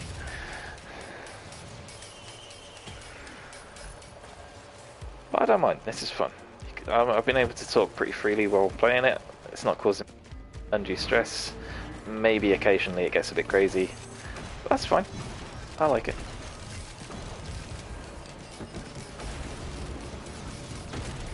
What the hell? Okay, so they send their special forces out to kill you. Oh, is that you've gone past a certain checkpoint or something? Yeah, so Far Cry, well, Ubisoft games in general, a lot of people love the, so like in Valhalla you had like the Zealots, and in Odyssey you had the mercenaries, and in Origins you had the, what were they called, Phylakitai. And they've kind of introduced that into Far Cry as well. Okay. It's like a Ubisoft thing. Yeah, and it is fun to be fair. Always like, oh, someone's going to chase me at some point. Was that done in Ghost of Tsushima? Did they have something like? No, Ghost of Tsushima is a Sucker Punch game. Is it? Oh, I thought Ubisoft were doing the release for it. No, Ghost of Tsushima is a Sony-owned company. Sucker Punch. Ah, okay. Not bad. Um, but there's like mini bosses you can fight in that. Okay. Do you like me a mini boss? I'm surprised you haven't played Ghosts. Yeah, me too, actually. It's a really good game. Yeah, I think I was just like, no, I'll wait for a sale or something. Because I don't know, I think because I'd spent so long on Sekiro at that point, and I know it's nothing like it, but I just kind of wasn't in the mood for that kind of vibe at that point. That samurai, shinobi kind of, yeah, I get you. Yeah, which is weird because I do love it, but I think sometimes if I find something that I really love, I kind of like, I like to sit on it for a bit, and like maybe think, oh, shall I revisit it? And I don't know. I do that with books as well. Like before I read something similar, I'll be like, no, I'm going to sit on it for a bit, like mental processing time, just to appreciate it more, like have thoughts about it, see people's reactions, or with Sekiro, like see people play it that I wouldn't expect. Thirsty. I would love to see Kirsty play it, honest to God. Because I think you would surprise yourself with how much, oh god, it's Void River, how much you'd like it. It weirdly, right, and this is a guy I've been watching, his opinion of it is he loves Bloodborne, cannot stand Dark Souls, does not want to play Dark Souls at all. That's just his thing, like, no, Dark Souls is not for him, but Bloodborne, great, all about that. Sekiro is like, absolutely love it, and he's like, yeah, friggin' Dark Souls 1, the gargoyles, the roof fight, it's like, oh, I can't handle it, just it pisses me off too much, I don't want to deal with that. But, no word of a lie, beat fucking Madame Butterfly in 3 tries in under 10 minutes, and like, everybody was like, how the fuck did you just do that? Or like, having never ever seen the game before. And he's only barely learning how to do the deflect thing. It's just like, he gels with the game. It's just being super aggressive and stuff. And just completely like fucking owned her. But when it comes to stuff that's deflection intense, it's like, no, I don't know about this. Like, I really got to take a step back. But I did not realise before seeing his playthrough just how well that game rewards you for being super aggressive. I was like, damn, I was playing it like really on the back foot most of the time with that, to be honest. I think maybe you were as well. Yeah, I was trying to play it like Souls. Same, yeah, trying to be more defensive, like focusing on deflects and just kind of trying to keep your spacing. No, like, you're just going ham. Just running into groups and somehow managing to make it work. I'm like, I've never played it like that. He made Madame Butterfly look like a joke, but at the same time, like, any boss that demands that kind of intensity, of like focus, I mean, he got fucked by the general, the one that's on the stairs to the Ashina Castle, multiple times. Oh, fuck, not, what's his name? I can't remember his name. It's on the tip of my tongue. It's like, it's named after a car company, I'm sure. Ah, Not Toyota. yeah. Was it Toyota or something like that? Yamazaki? Something? It was like something similar, I think. Yeah. Yeah, no, you know what I mean, like, clearly, obviously. Fuck these Void Reavers, man, this is some scary shit. Yeah, like, you just could not handle that. I was just like, it's really weird to see that, like, disparity with how people play. And how different that is, but, like, makes so much more sense when you've done it and you're like, oh yeah, that, like, wow, how did I not play it like that? And I think, Kirsty, for me, like, I think you tend to play quite aggressively from what I've seen from your Souls play and whatnot. Like, you do get pretty Barry Big Balls, and, you know.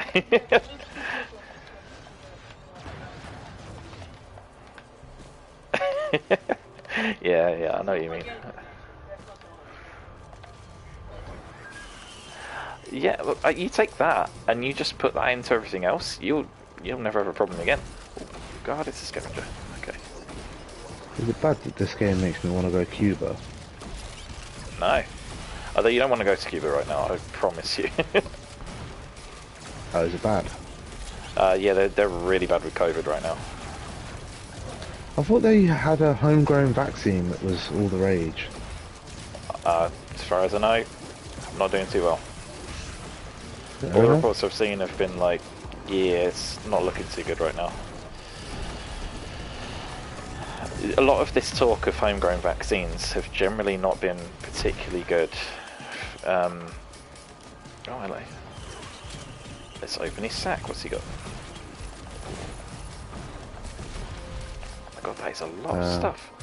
What do you want to do, Kirsty? Do you want to join mine or do you want to carry on with yours?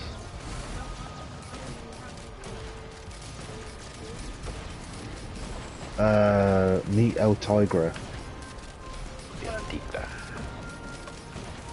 Are you off Tutorial Island as well, Kirsty?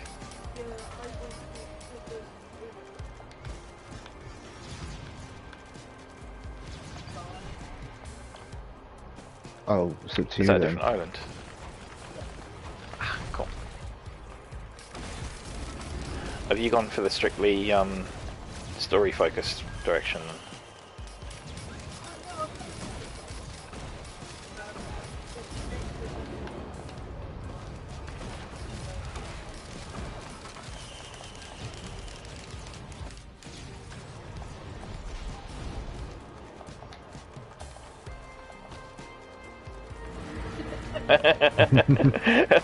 I saw your playthrough of that though. You were just like, oh, that's cute, right? I'm doing this. I'm sorry, this guy's a badass. He's got a mustache and a cigar. Can't say no to that. Juan. It was called Juan. El Tigre, which I guess it means The tiger. The tiger, yeah. Yeah.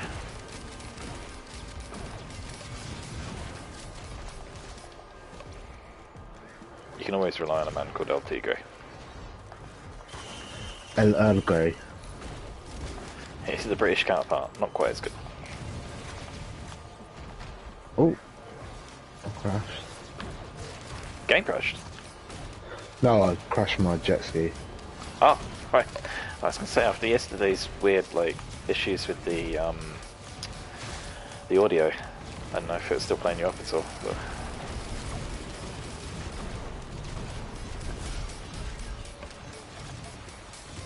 Entirely up to you.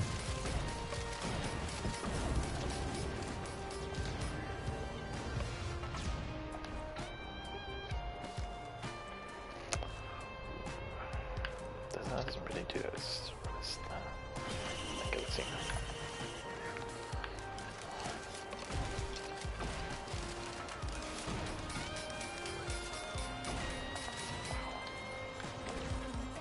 If it's the pushback of my weapon, that's pretty insane. Fusion.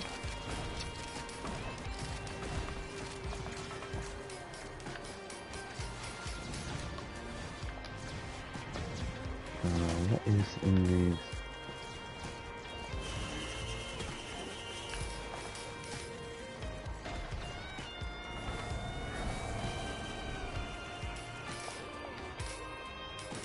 The character is so fast.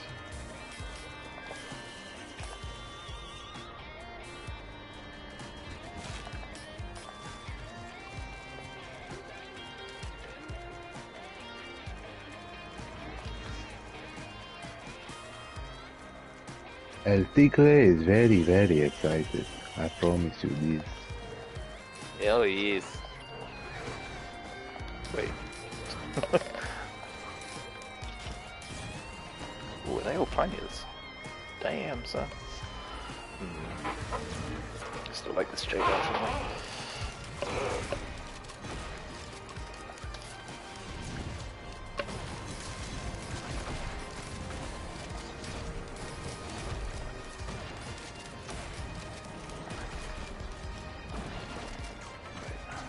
Oh no, I haven't yet.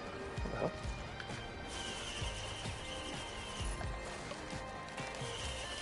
Yeah, boy. Cool.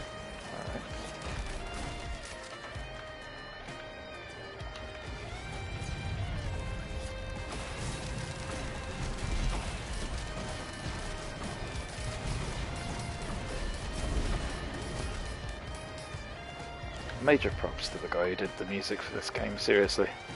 It's one of those things that it's like repetitive but doesn't get boring. It's just complex enough to like keep you entertained.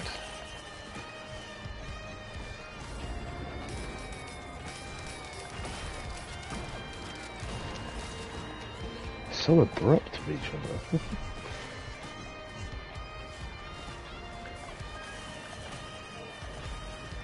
I must admit, I did like the dialogue in Far Cry 6 yesterday when I saw it. Like, it's a little bit like, you know, you're not, oh, you are the savior and stuff. It's like, no, you got to like earn your keep with everybody. Kind of reminded me of Souls at some point, like how the first game everyone like just laughed at you. It's just like,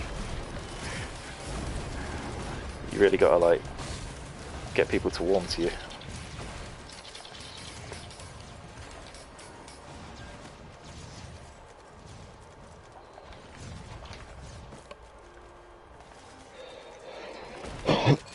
Yeah, it's yeah, this one's different to the others. I like this one. This is so far I'm enjoying it. Better than 5 so far, do you reckon? Like your initial experience, like if you were this fast through 5 sort of thing. Yeah, I'd say so. Yeah. Yeah. Nice. Bit of a hit then.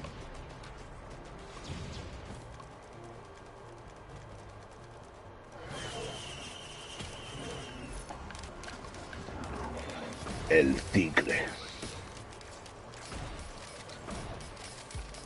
God, I'm gonna have to finish this run because I need to piss.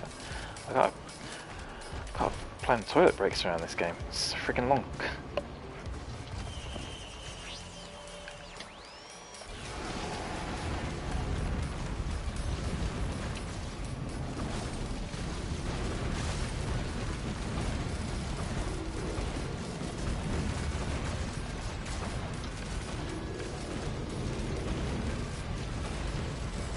Oh my god, what are you?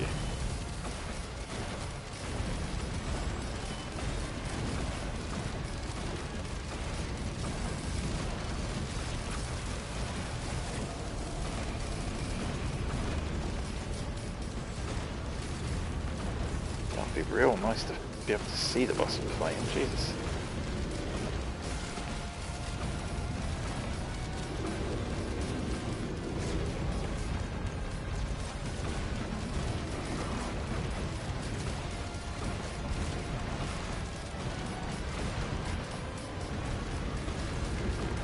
Yet to come across the variant of this. Fuck me. Jesus Christ, man.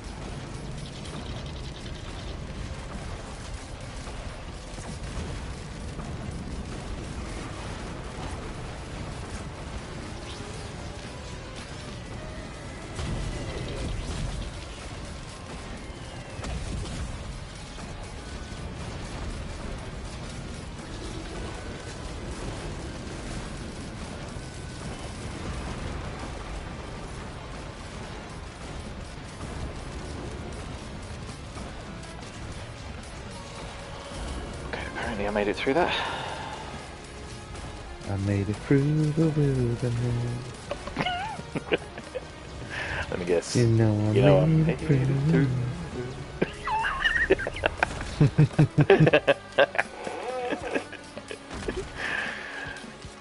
Ah, shit.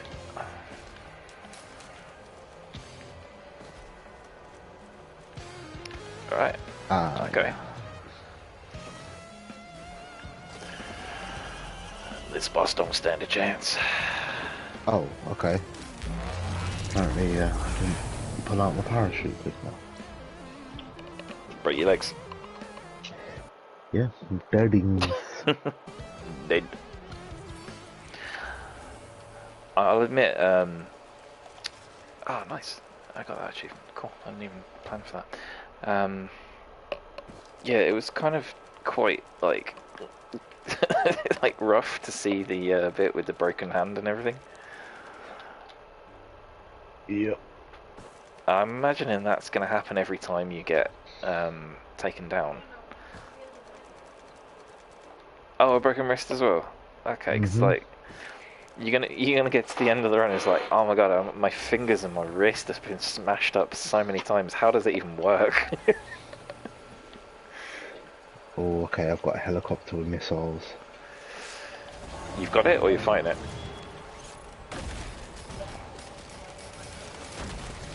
Yeah. Oh god. Yeah. Oh yeah, I did see that with cams yesterday. Um,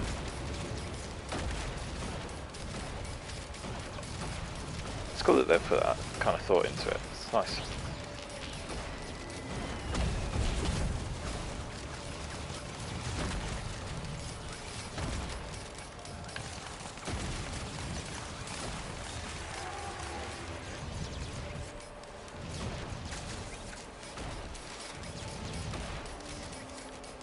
God, these things are so tough.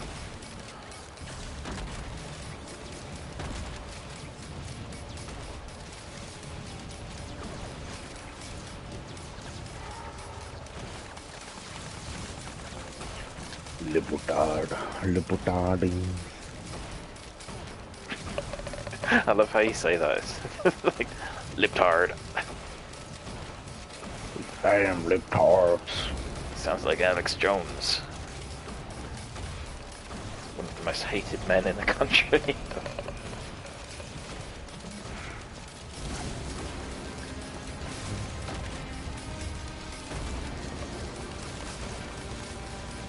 Hell, man. Ah, yeah, okay.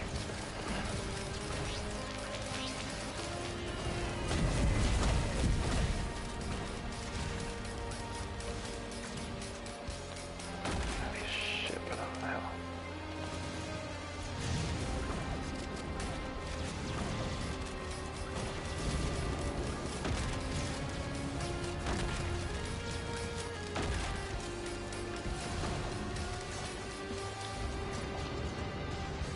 Okay. Oh, is that thing still alive? What the hell?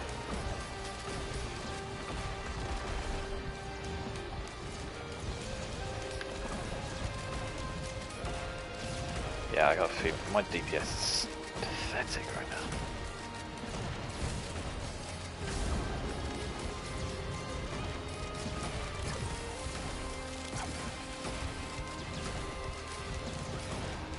Oh shit, I've got focus crystals. I have got a focus crystal. I haven't got a plane. Helicopter. Hey. Yeah, always. Although, oh my god, oh! No. Okay, the enemies are not thick, they actually shoot at you. Even helicopters this time. You can't just fly over and be like, yeah, it's all good. No, sometimes in Far Cry 5 when I was like, oh, I just want to do this base quick, I jump in a helicopter and just annihilate everyone, but yeah, nah. They've thought of that in this game. Ah, the devs listen. I like it. Well, I mean, obviously that makes it worse for you, but sorry, dude.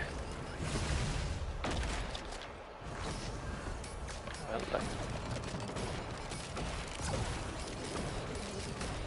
there's that DPS. Nice. Right, so I haven't got any mass columns. Design columns.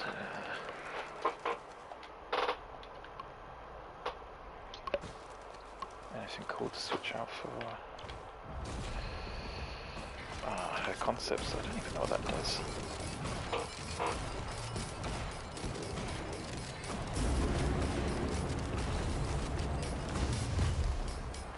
Oh my god, I've just thought, oh, this is going to be hell. So you know, the thing with the boss fight in this, where he basically takes all your items and uses them against you? Yes. Yeah, that's going to be fun. It means Oh, if you have shit. a really strong run, you have the possibility to be one-shotted. Ah, shit, I better not come to that. Alright.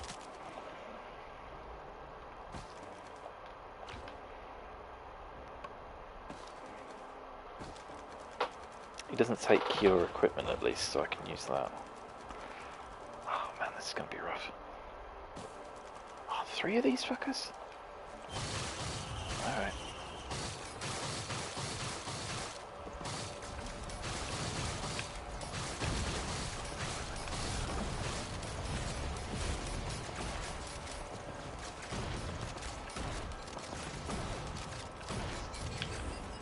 Oh, wait, it's full. Shit.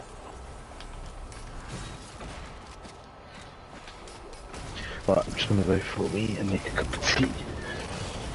My Back favourite in a combination. second. No problemo.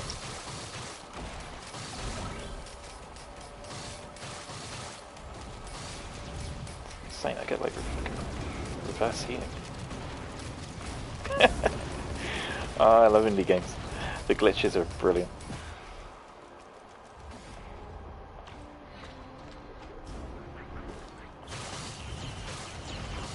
Have you encountered any glitches at all so far, Kirsty?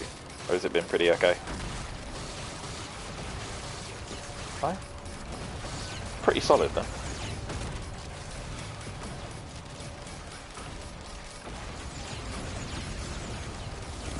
Okay, nothing like too noticeable sort of thing.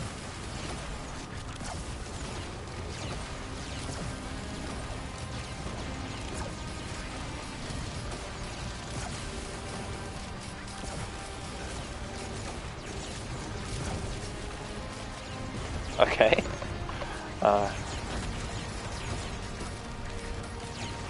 That's cool.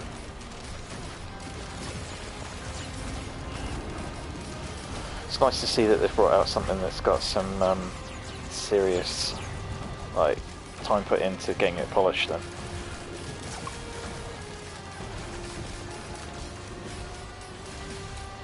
It's still pretty rare to see though these days, because quite often it'll be like first day out is going to be like, right, you'll be lucky if it's not an unplayable mess, and if you can get past the first mission, done day 2.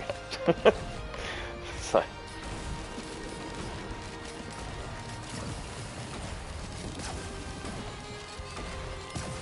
nice.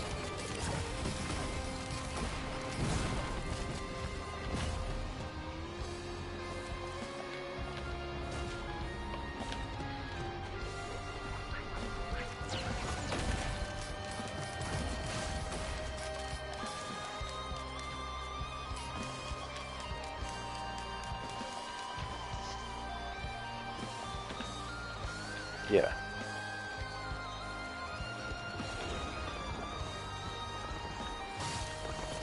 Oh yeah, that does seem like a glitch to me, because you would imagine like if you're doing cooperative progress, it's like, well, you want progress, obviously.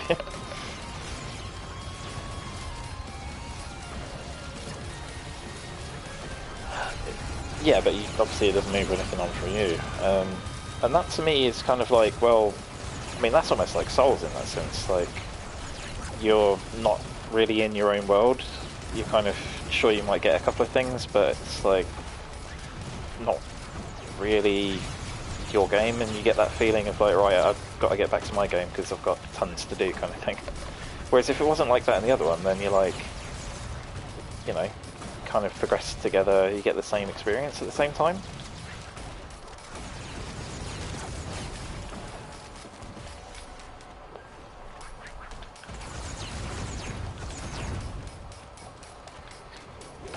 Yeah. How does it work with syncing up? Do you actually have to be in the same location? Alright, cool. Sounds good.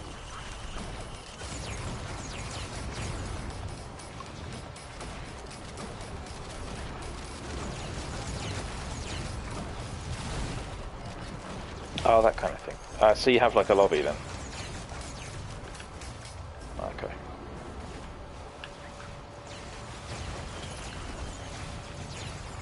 Cool.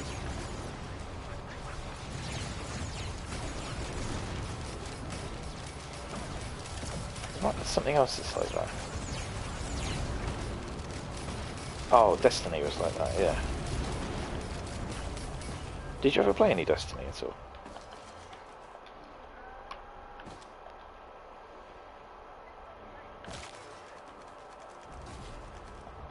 Yeah.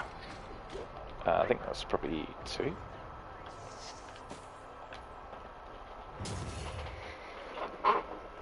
Yeah, I know what you mean.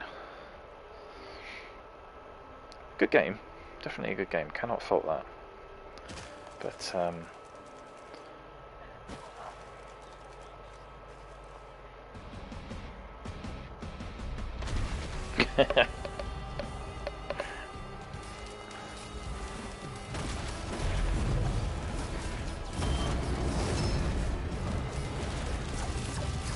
did you have to in 5?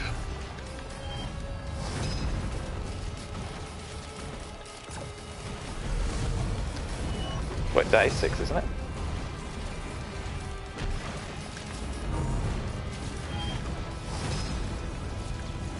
Ah, of course you did, yeah.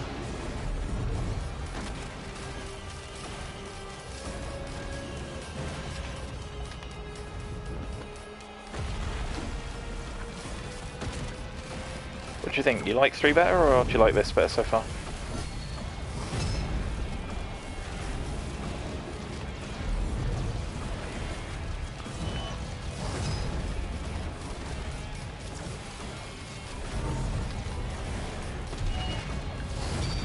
How they played, yeah.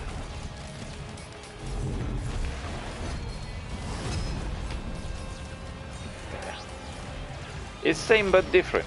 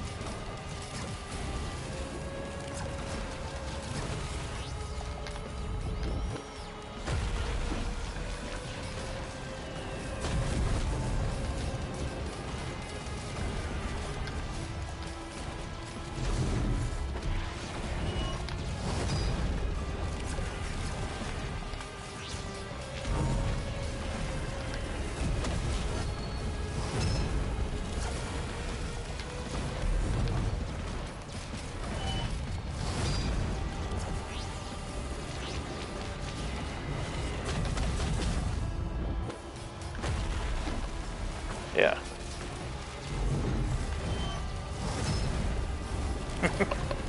It worked. Nice.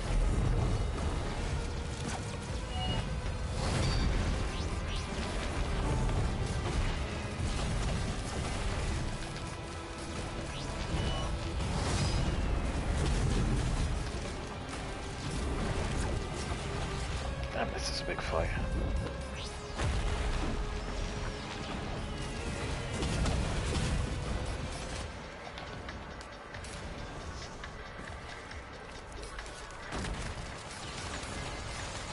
How's with the music? What the fuck?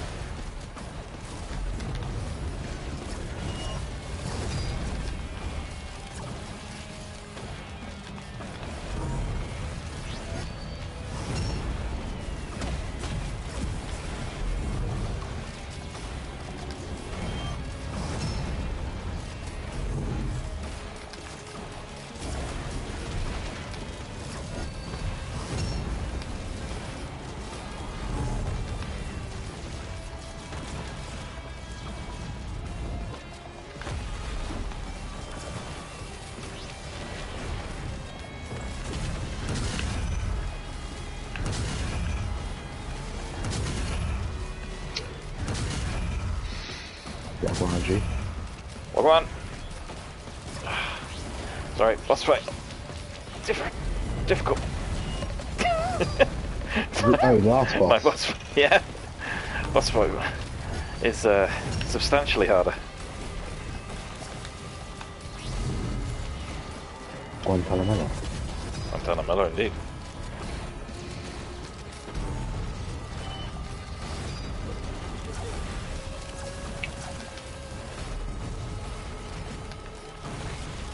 No, because we both have to do it anyway to progress. I don't know that one. What the fuck? Alexa, what?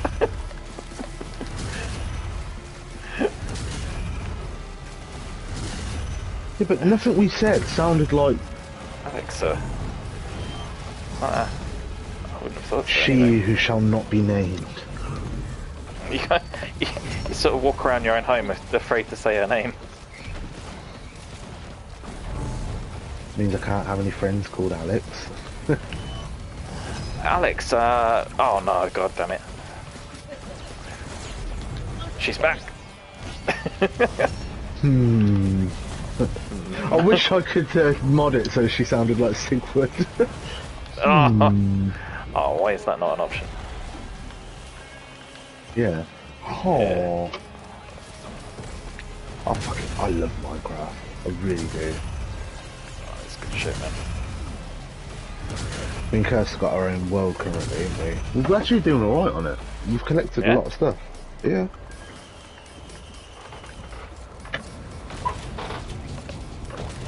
You'll be pleased to know I actually brought a couple of books on it as well. Yeah, damn right.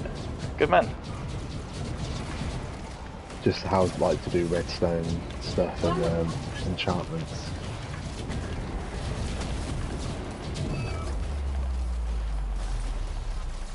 Yeah, that game's in depth. I didn't like it. proper.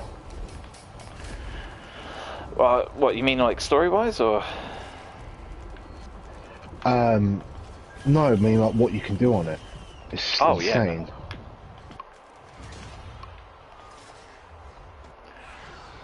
I must admit, it's given me a lot of joy to play in the past. I'd never be against returning to that game. What the hell is that? When did I get that?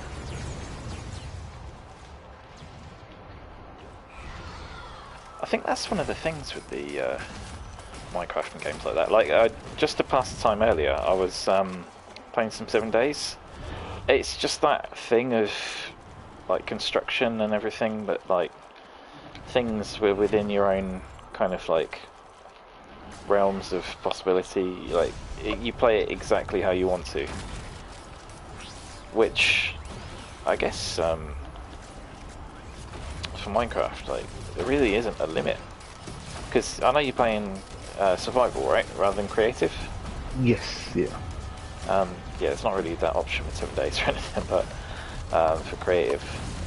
But I like the aspect of like having a project, but then you have the thing of like, oh wait, yeah, I've still got to make sure I'm not going to get like ruined by like raids at night or whatever.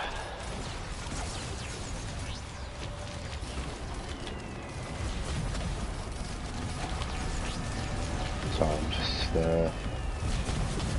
stealthily taking out this outpost. Yeah, I haven't shot her, saw her. Oh, there's a sniper. Who's now dead. Oh, I found a key for that room. Yeah. Oh, that was good. What was that? What did I just Run unlock? complete. Use the security control to disable all cameras and alarms. Did you get that achievement? Oh. I keep calling them achievements, but they're trophies, aren't they? Same diff. Well, no, achievements is the old 360 bar. 360, yeah. Yeah, Okay, does so it? you just ruined my stealth run. You just ran in there. Oh, die, bitch. Right, I've got a helicopter on us now as well. Kill the crew, steal it.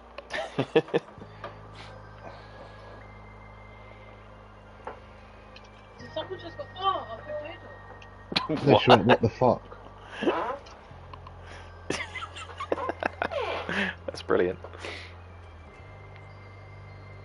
Alright. Thanks to everyone joining on the stream. It was a good run. I'm going to be ending that one there. And I'm going to watch my boy. Thank you very much. Subscribe. Subscribe.